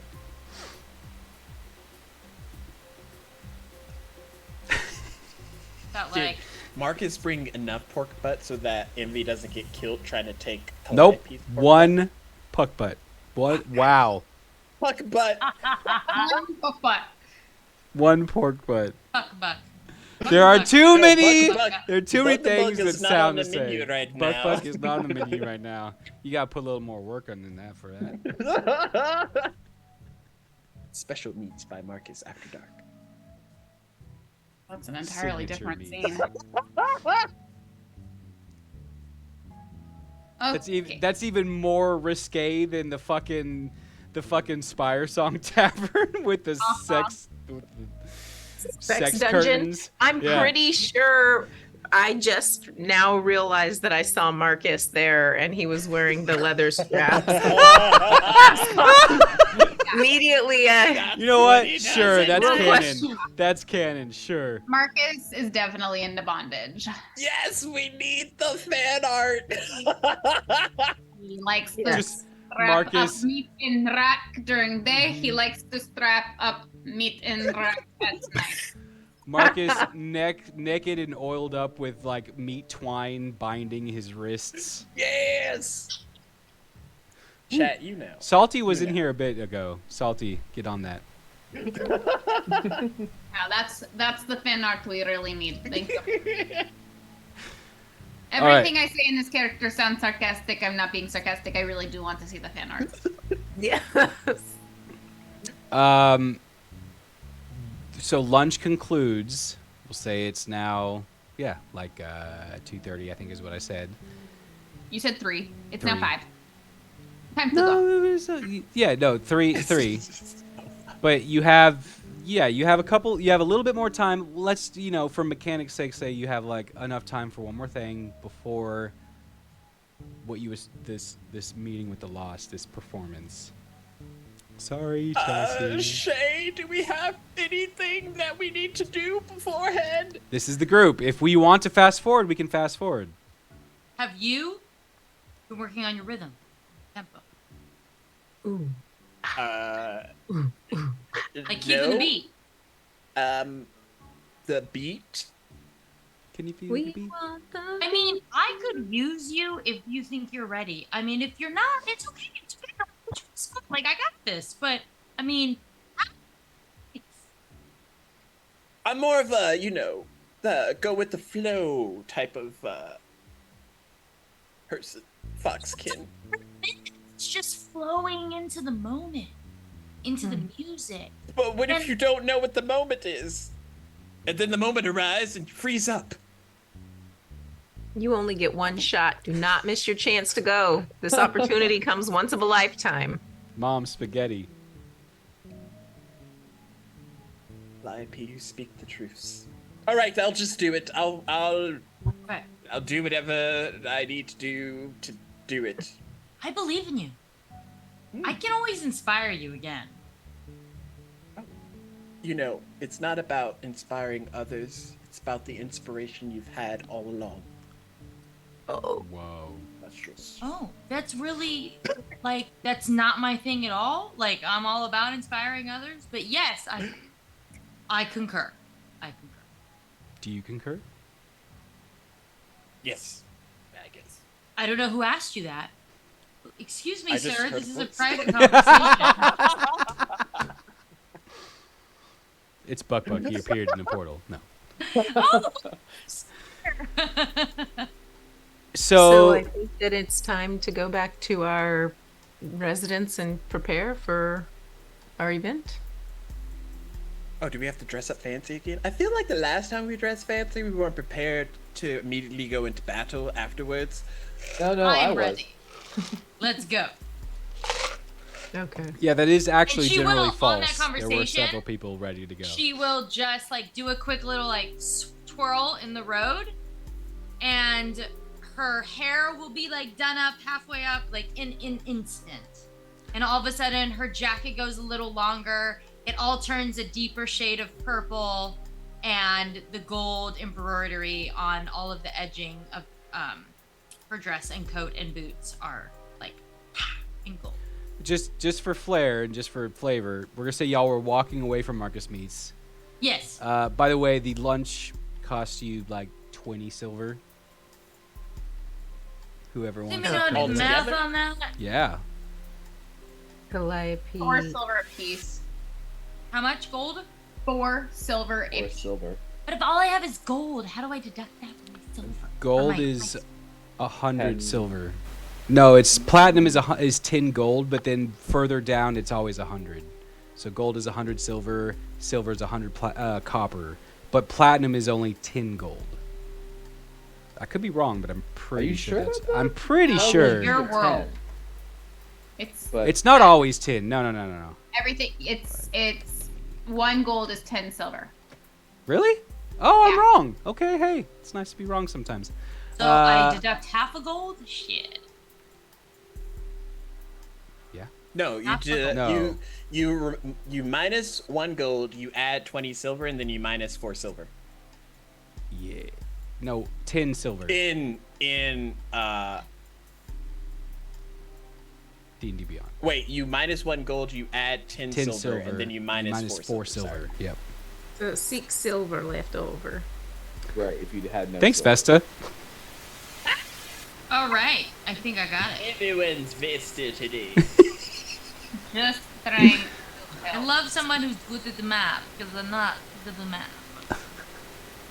I How are you just doing wish you conversions? could know that I had gold and I wanted change for gold when I subtracted it. But here we are. Here we are. But nonetheless. as y'all are walking away from Marcus Meats, you do this transition, and you hear like, "Hey, that was awesome!" And she'll like do it just very like hyping herself up as she walks away, like acknowledging them. Like, Envy's just gonna quickly like move his scarf around a bit, Cli- It's like just fate. tie it in a different way. Calliope's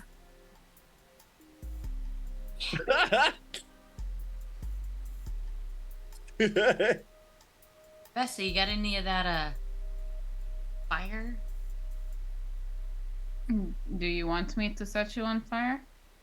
No, like it could have been like a little special effects moment. Like, Oh, sorry. And she blows on a little puff of produced flame to make a little tiny bit of smoke that trails out behind Shey like a fart.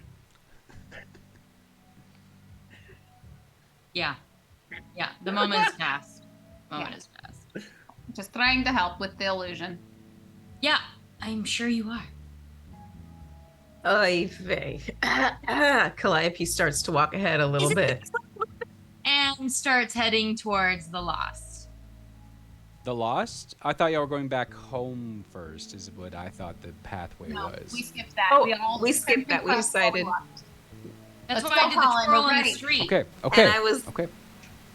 So we'll say the sun across, like the light is dimming. You get to this area. You're headed towards where you met Zarok and that other guy that I should know.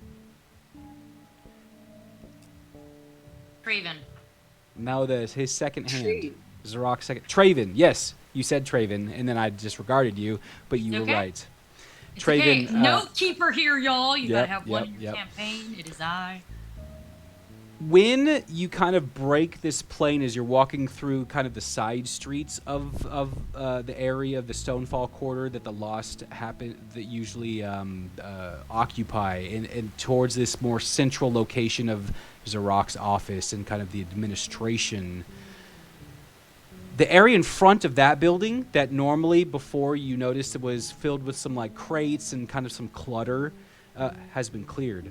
There is now benches from somewhere, most haphazard, most very impromptu in construction, in a semicircle. And like behind it, there's two of these Stonefall Quarter stone house structures. And on this night, the moon is kind of like right between the two. And as you're coming in, for the first time, you're all struck with like this sense of a bit of beauty. Like this scene in front of you, there are people gathered here along these makeshift benches, more than you saw with the Lost.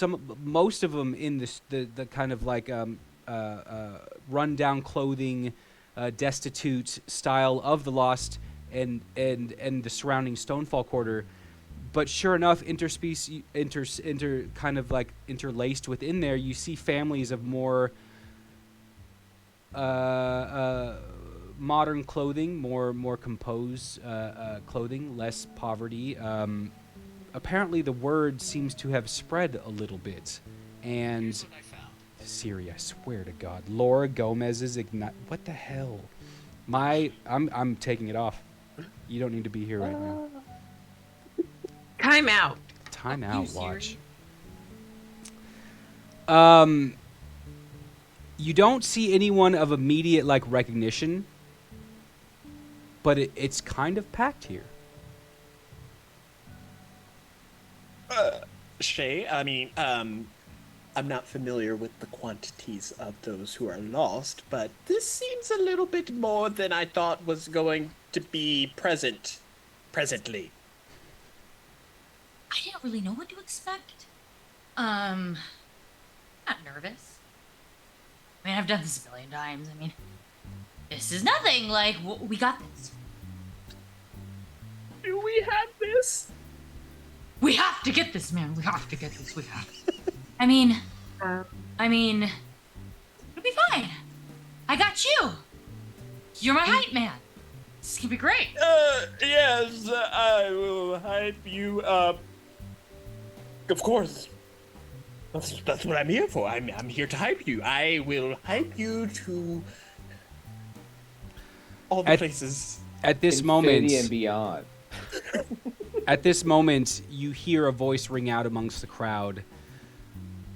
Oh God, man, how is it so hard to remember all these voices? Zarok was like a slower voice. Well, everyone, it seems the time has arrived. Our guest of honor is here. And he kind of throws an arm. He's walked up to the center of this amphitheater, like impromptu amphitheater.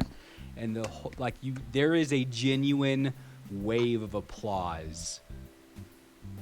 You can do this. Okay. Ivy's gonna like fumble and get his candle out, and like he's gonna try and like get the tinder to like light it, and then like look over to Vesta with just like deer eyes. To be fair, y'all haven't you're still like kind of at the back area. Y'all haven't made it to the center stage yet. Are you making your way? What? Is it Zarok or Trayvon that was talking to us? It was Zarok. Um, But he's not Hi. talking to you. He addressed the entire crowd Okay. from a distance. I'm gonna try and like wave at him from the back to let him like know I'm here. Yes, you, Shey. It is your time. It's our time. It's our time. And I'm gonna turn to Envy, and I'm gonna like put my hand on his arm and just go. Okay. Again, there's another wave. There's another wave of clapping. This one is a little less enthusiastic at this point. They don't even know that. Yeah. So Okay. Shay's gonna put her arm or her hand on Envy. No, fuck it. She like claps his face together with her hands. She's just like, okay. But this is no big deal. This is just like any other day, any other performance in the shower, you know? Like this is and just You were there during my bath time? I need There's to stay a- focused, there's a- okay? Focus. And just be intuitive.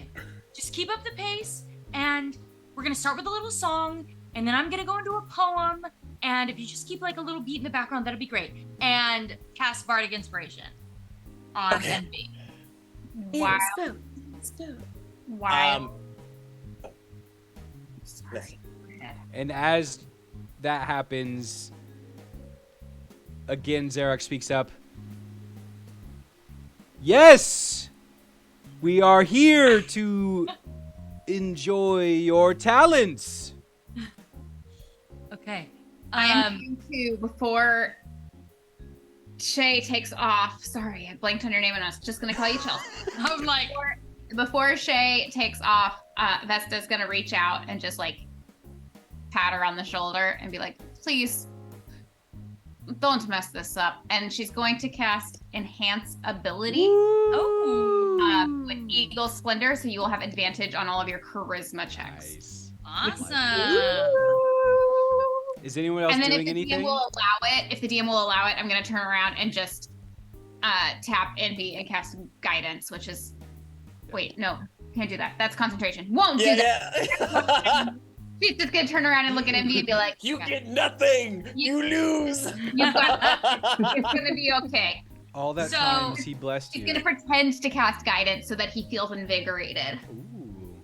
So using her pan flute, she's gonna start like playing her pan flute with Envy behind her and like making her way to the stage. That's awesome. And I like Epi's it. gonna say, take luck and make her way to the audience to watch. Okay. So Lupin? Envy's gonna light his candle, and he's gonna walk behind Shey, and like that seated fear, like the fear that he usually just like keeps subsided, is gonna like resonate in him, mostly because of the cave, and he's gonna remember that moment when he just was like told to run.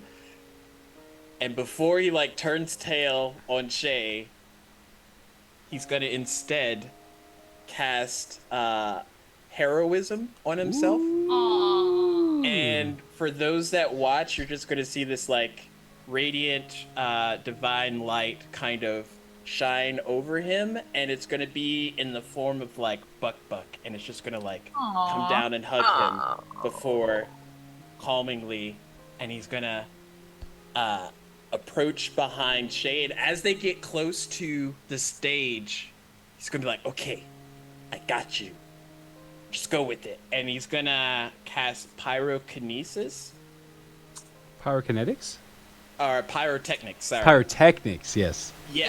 Y'all, there's And that light from the candle is gonna like smoke out, and it's just gonna like feel the stage with like a soft, just like smoky vibe that'll last for like a minute. For them to like approach I love it. the All right, whole all place. right. It's All so right. good. All right. Lupin's So gonna slip phase into the crowd. slip it in the crowd. Sneakily, Yeah. There's give me a stealth check. I It's the didn't. worst time to have to pee. Same. I have to too. Should we take a break? No, we'll just keep going. Is it nighttime? It's dusk, so yeah, I'd say it's close enough that there's a lot of long shadows here. There's a lot of Okay, so if you judge that, technically I would get advantage because of reasons of like. sure. Okay. So with that, 26 stealth. Yeah. You manage to go wherever you want to go and feel pretty comfortable about it. I'm gonna try to be in the middle of like the crowd of people. So it's kind of one of those things where it's like two kind of quarter circles of benches with a central pathway that currently Shey and Envy are walking down towards the amphitheater stage. I mean, is there no way for me to like duck back where I like coming from the stage to go back and like blend into? Like, Yeah, so there is totally. Yeah. Yeah. Okay, Yeah. you do I'll that. do that. Okay.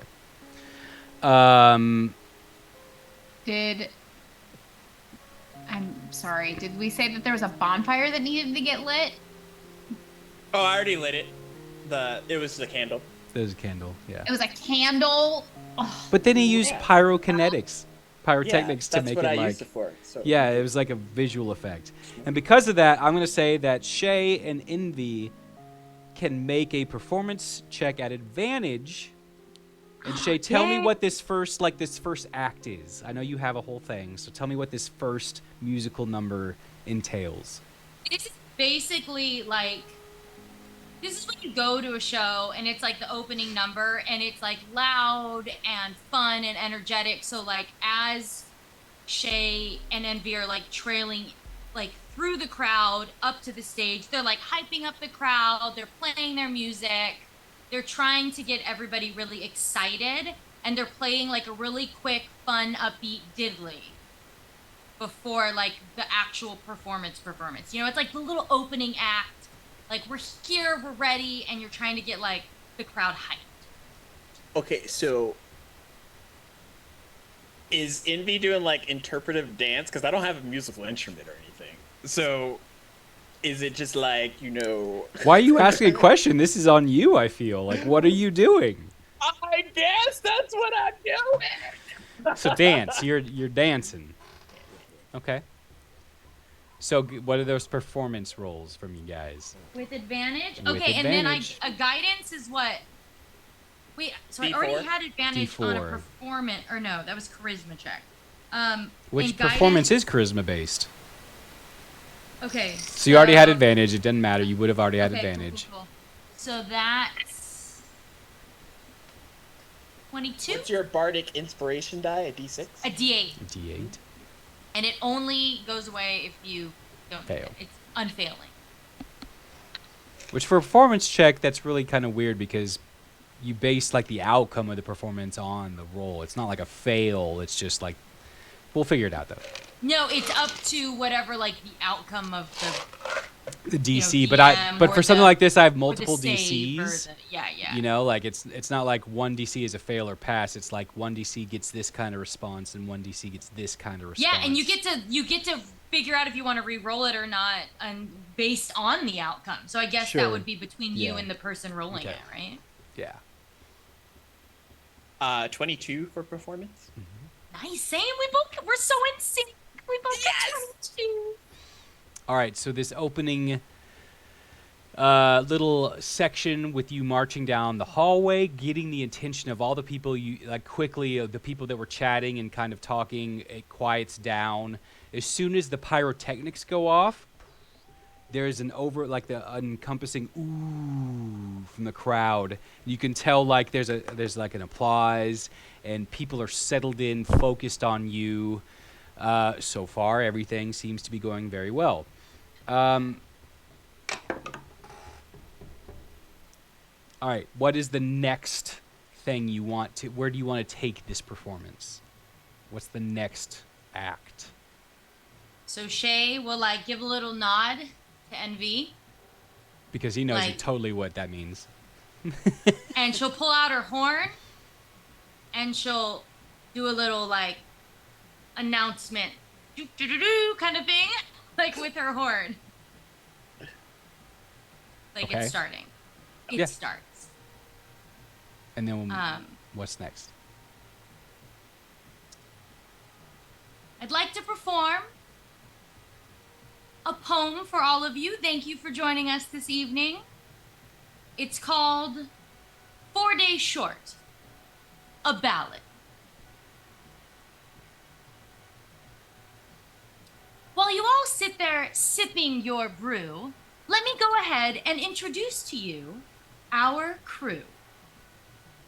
And like gesturing to Calliope. Don't mess with Miss Calliope Cat. Definitely don't try to give her an unwanted pat. She's got a ferocious roar, will mop your ass with the floor. And word is, after a few drinks, she becomes a total whore on the dance floor. Then Calliope's gonna take a curtsy. Vesta, the lady who plays with fire. Not here even an hour, and already in a position of power. We're told Shendaya just happened to retire, but I think someone in Gorspire's a big, fat liar. At that, real quick, you hear this ooh, and a couple laughs and like some acknowledgement of some. Vesta will do control flames and take the flame of the candle and kind of like swirl it just to show off. Sure. Not put out the candle, but just like. Yeah. Embellish. Yeah. Lupin the Lupinol, whose countenance is always inscrutable, has a friend Tristy who is super beautiful, even with fighting skills that are top-notch. It's peculiar. They didn't even let him into the Night's Watch. Oh, envy, always there to heal. That friend whose kindness and selfishness seems almost unreal. Whose blessings and emboldened bond are just beyond. Hey, what was that green energy I saw trailing along? It's okay. You don't have to respond. Damn, this is like a diss track. By the way, it's nice to meet you all. The name is Shey. I'm in the profession to play your green-skinned, purple-haired bard who knows how to party hard. I'm finding this place quite swell. Quick, does anyone have an alter memory spell? Because this bard doesn't usually kiss and tell. Well, now you've met all of us, let me back up because it's the beginning of our story that I should really discuss. It all started with a race, and the 5 of us had to take to the chase. But it was a real fucking challenge if you couldn't keep up the pace. All was seemingly well until the red-haired caster of spells turned herself into an owl, sprouted human legs mid-flight, and fell. As for Raishal, he failed to save face. I only made it by borrowing the image of his grace. After the winning, 5 gold a day had us each grinning. Off we went to the town to get the full rundown. It was meeting after meeting after meeting that made us finally beg for an old-fashioned beating. A city of people, sick and afflicted, with the only cure being a component restricted. All ruled by the man who lives a life of lavish, the one and only Gith Lord Havish. Okay now. Before you get all totally pissed, let me quickly make sure that there's nothing I missed. A port city next to a sea of green, baddies attacking with an underground machine, race to the tower, 5 houses competing for power, Fenric the Night Watch is a straight fucking coward, the sexy sisters of Shar, the misfits who tried to drug us in that bar, Folly Peak, the Lost, still haven't met the boss, fought monsters of slime, the guard cracks down on crime, attended the fancy ball, which turned into a fat brawl, hordes of Duragar and a giant, healing here isn't very reliant, meats by Marcus for your meal of mutton, anyone here know a cat named Buttons? Nisara, a red dragon, carried a dead body in a wagon, Felicia's face place, the Lord's son is a disgrace, went to a brothel. Man, this is all great material for my next novel. So many secrets to be found. But there's just one thing I need to know. Seriously, what the fuck is underground? And then she bows. At that, Envy is gonna like pause for a minute, and if the applause starts, he'll reach into his pouch or like side flask, I guess, and take like a droplet of water and kind of like flick it in the air, and he'll cast create or destroy water, and the whole like 10 gallons of it will like manifest above them, and it'll start to fall down towards them in the crowd.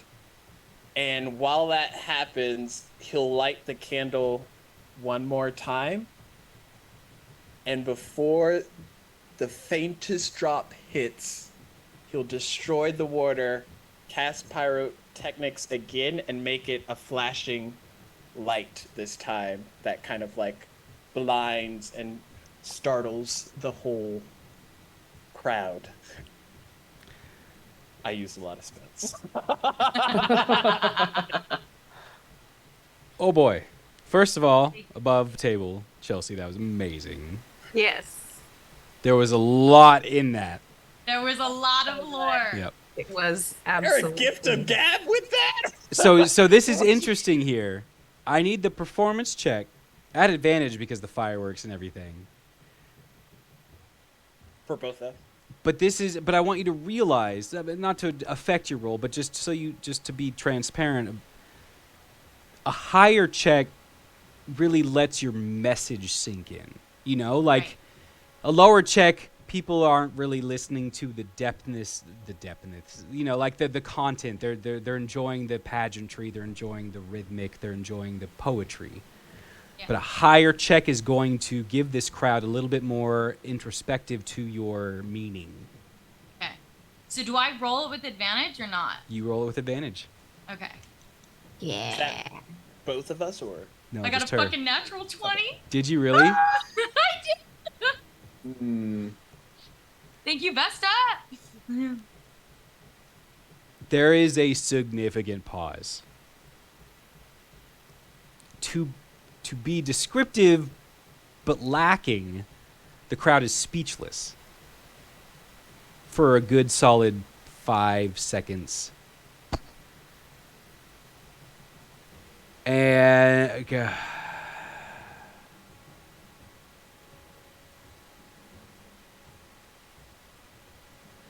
it just starts, someone starts clapping, and it really, holy shit, thank you for Damn. 11 tier 1 subs. Thank you. That is Holy moly. awesome. Wait. Dotlin, thank That you. gets us to our sub goal. We have a giveaway, Yeah, so we're gonna do Nice. we'll do 2 giveaways at the end of the stream.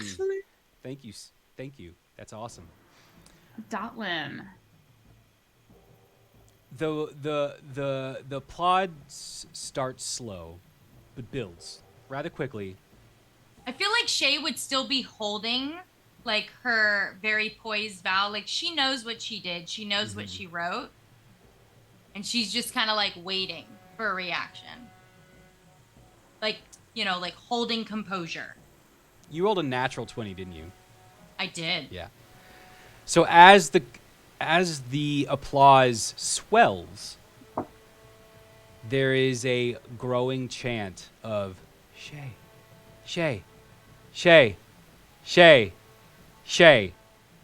And it Shey. builds up to a point, and there's cheers, and you hear like occasional like down with Havish, and you hear someone yell, this place fucking sucks.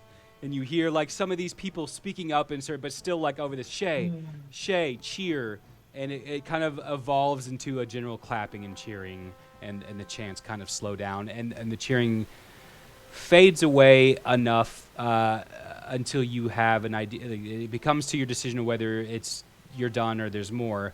Lupin, however, at this point, you notice as people are standing up and applauding, someone has made their way towards you. Okay. Towards Lupin? Towards Lupin. Ah, okay. Okay, I just want to make sure. I knew who it was talking about. Okay. And you, as they get closer and closer, you finally look over and you see someone you recognize, but in different clothing. It's Saba, but she's wearing street clothes, not her traditional. Right. Yeah, Sisters of Shar. Yeah. Right. And she says to you, as soon as you recognize her, you can tell immediately. No insight check needed. She's concerned and she looks a little scared. And she says, I'm glad I think she had a pretty normal voice, I think. I'm glad I found you. I'm worried about Trish. Why? What's up? Like, what happened? I think she told you. I thought I heard her tell out, you. right. She got her tryout. Right. Trish is a strong soul, a strong personality. She's so strong. She has made some enemies within the sisters. I'm worried. She in danger on this trial? I think so. Varaka gave her a solo mission. Go where? What was the mission? She is meant to go defile the altar to Sylvanas within Moralian Forest. Often, Varaka chooses quests like these, incursions into their little camp, shake their nerve, check their resolve, but never solo missions. Okay. Thanks. I will take a look. I might actually be down that way.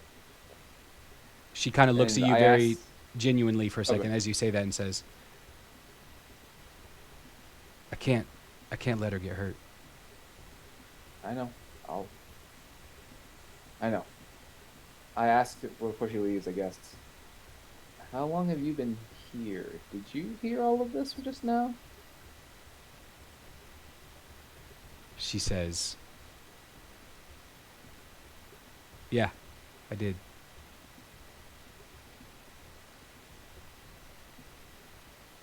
How much time can you buy me before you report this to, well, your higher ups?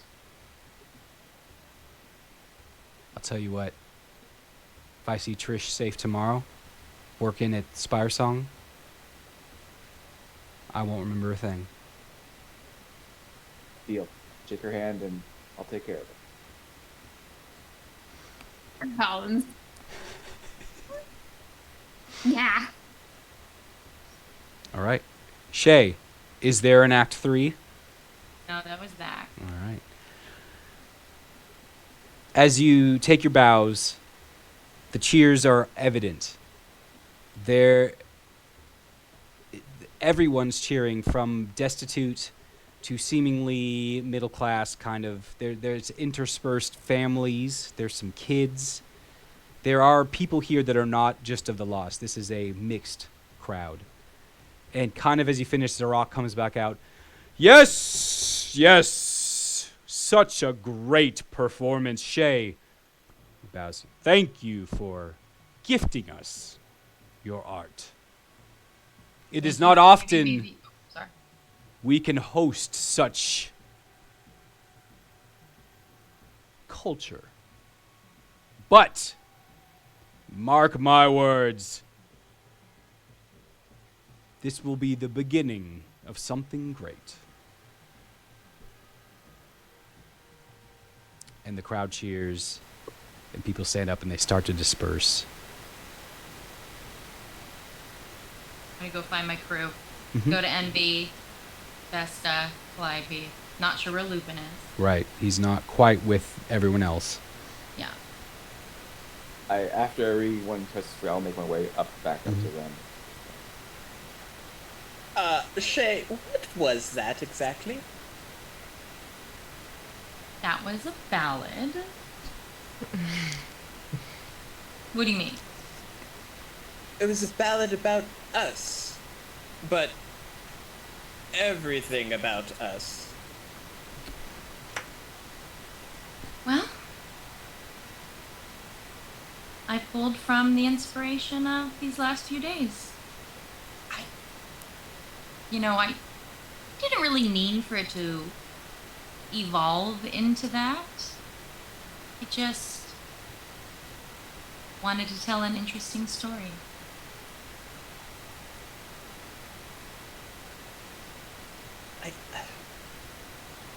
I guess what I mean to say is all of our cards are sort of on the table now. Yeah. They are.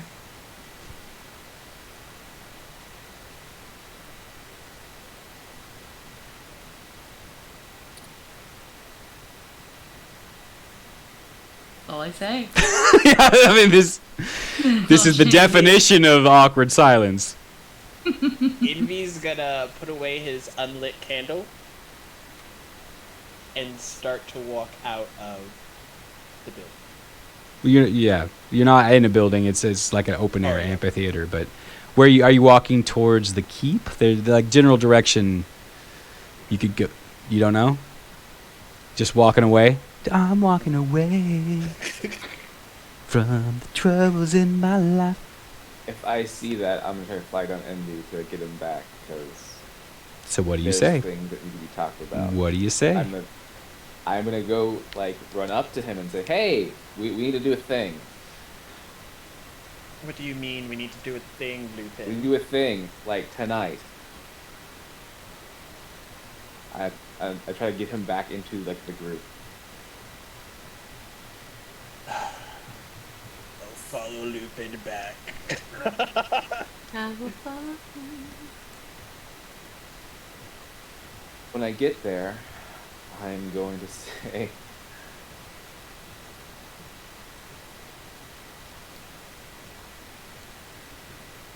I say this with the most love as I possibly can for you.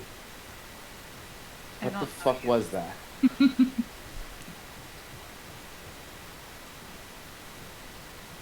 Just honestly,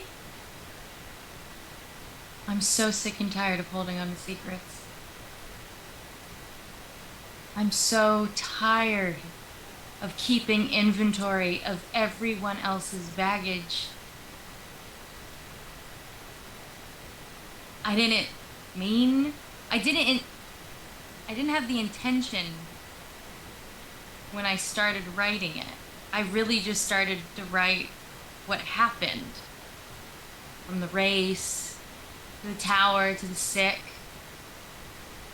It was just, there was so much more to share. Oh, but you're wrong, Shey. There was intent there. I'm gonna take my brooch Oh no! and drop it on the ground. Oh, the drama. You finally got me to wear this damn brooch. Calliope's gonna run over, grab the brooch, and like say like, Envy, she didn't tell any lies. Maybe it wasn't the best to share all of our personal, private, confidential work information with the masses, but I mean, if not now, more than ever, we need to stand together. Otherwise, we're all going to be in harm's way. But from Envy's point of view, as I do agree with, you are spilling our secrets that we did not agree to have shared. And that can now cause other side effects and ripples that, well, now have caused other problems. Already? Already. Sooner or later, this crowd will, I guess, I'm not sure what will happen, but word will spread, and I'm not sure what will happen, but at least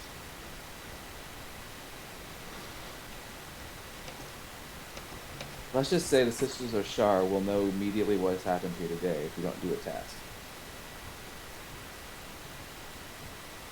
If that's what you want to have happen, then so be it. But Honestly, I was just looking for some great entertainment. And it clearly worked. Envy. It wasn't personal. isn't that when someone says, like, when they hurt someone and they don't mean to? It's business, it's not personal. No, but it kind of is. It's becoming painfully clear that our interactions will strictly remain business going forward. You are co-workers. That is all. Yeah. I think it was naive to think otherwise. Yes. To think otherwise. Holy shit. As co-workers go... Colin's not ready! For character. I just want to point out that it is not Vesta. Our I know! Although, Holy I don't shit. understand why Vesta isn't more pissed, because he was like, She's hey, just don't tell our freaking out. secrets and shit, Wait. and now all our secrets are out. because first of all, Ashley doesn't understand what is happening. No one ever explained the Lost to me. No one explained why we're here. I have no idea what's happening. Chelsea just did a really cool poem, and Ashley's really into it. Is part of the reason. Right, yes. It was very good. It was a very good poem. So Yes, yes. We're gonna end this episode right here because honestly, I think everyone needs to think about what is happening right. Even Colin didn't Yeah. know that was coming. I mean, I have to pee real bad. That is part of it. I have to pee real bad. We need a break. We need all pee break. Pee But break. holy Yes, shit! right. well, 10-minute break, and see you guys back at 9:33. Next Wednesday. Next No, right now. Wednesday. Oh, right now? No. Yeah, 9:33. Stop fighting. I don't know what's going on. I'm commandeering our Yeah, stream. She's trying to push it forward. Golden. Yeah. No, but we need to end it there. That is crazy. This is awesome. This was unreal. Who knew? Who knew? But Yeah. we are coming back. Like, can you? How do I as a DM, as a guide of this story, bring us back to this point next week? Stress. I The think it's amount gonna of be the stress quote I'm with. feeling in I my know. body, and I know it's just a character. I feel it has to be the quote from Envy to say, "Appears like we're all business now." Like that is the. I'm making the quotes twice in 1 week. This is bad. This is bad omens. Guys, I have to remind myself this is awesome. fiction. It's not real. Awesome, guys. So we have two giveaways. If you haven't yet, please enter !critical into the chat. We have two giveaways. The first one will be the sub goal giveaway, which by golly, I should know what it is. By God, don't you? I don't think it's dice. I We're think not it's- sure. I think it's also an option of things. Oh my gosh, you guys. Of you can win. Yeah. Is this So we're gonna- not somewhere like on a list? I don't know. It's in a G-Dub chat somewhere, I'm sure. All right, guys, we have a lot of people watching who haven't entered. If you want to enter this, please enter !critical into the chat. We are going to do it very soon. Very, very, very soon. All right, first giveaway. I'm rolling it. I'm doing it. Here we go. Boom. Went. Aegir Sun. Aegir Sun, please find me on our Discord. And if you can remember, I know I should be in charge of remembering these things, but golly, it was a night. This is the sub goal giveaway that you have just won. Congratulations. And then finally, one more. Uno más, critical dice. This is the critical dice giveaway. Adotlin, thank you so much for your generosity. Thank you again. Congratulations. You have won some critical dice. Find me on our Discord. Let's pop that Discord link in here real quick. Discord. Nice. Very nice. That I can't spell Discord. Why is I that? can spell anything tonight. Please join and find me, Colin, FFRPG in Discord. Can I donate them to the MVP? Who's the MVP? Chelsea? Is Chelsea? Chelsea. I have so many dice. Thank you. It's Donate very them nice, to but someone else. yeah. Maybe call another winner if he doesn't want them. I don't think Donate there them are to Or any. they don't want them. Donate them to your own dice Yeah, package. seriously, these are good. You want critical dice? They're These good. dice They're good are- dice. They roll so well. I rolled a 20 with one, you know? And then, so that's both. Cool, perfect, awesome. We are peer pressuring you into But keeping. thank you. As I understand it, we will be here next week, right? Yeah. Eh? Next week. Awesome. We're gonna keep this Yeah, chaos train Shey's going. gonna, you know. Woo. All right, guys. To Hey, get caught up. enjoy the rest of y'all's week. Yeah. Have a good weekend. Bye. Be kind. We will see y'all soon. Have a good night. Bye-bye. Bye. Oh, but we're gonna find somewhere to go. We're gonna raid, yeah, but yeah, we're raiding, gonna of go, course. but we're gonna take you with us, not to us. Bye. Bye.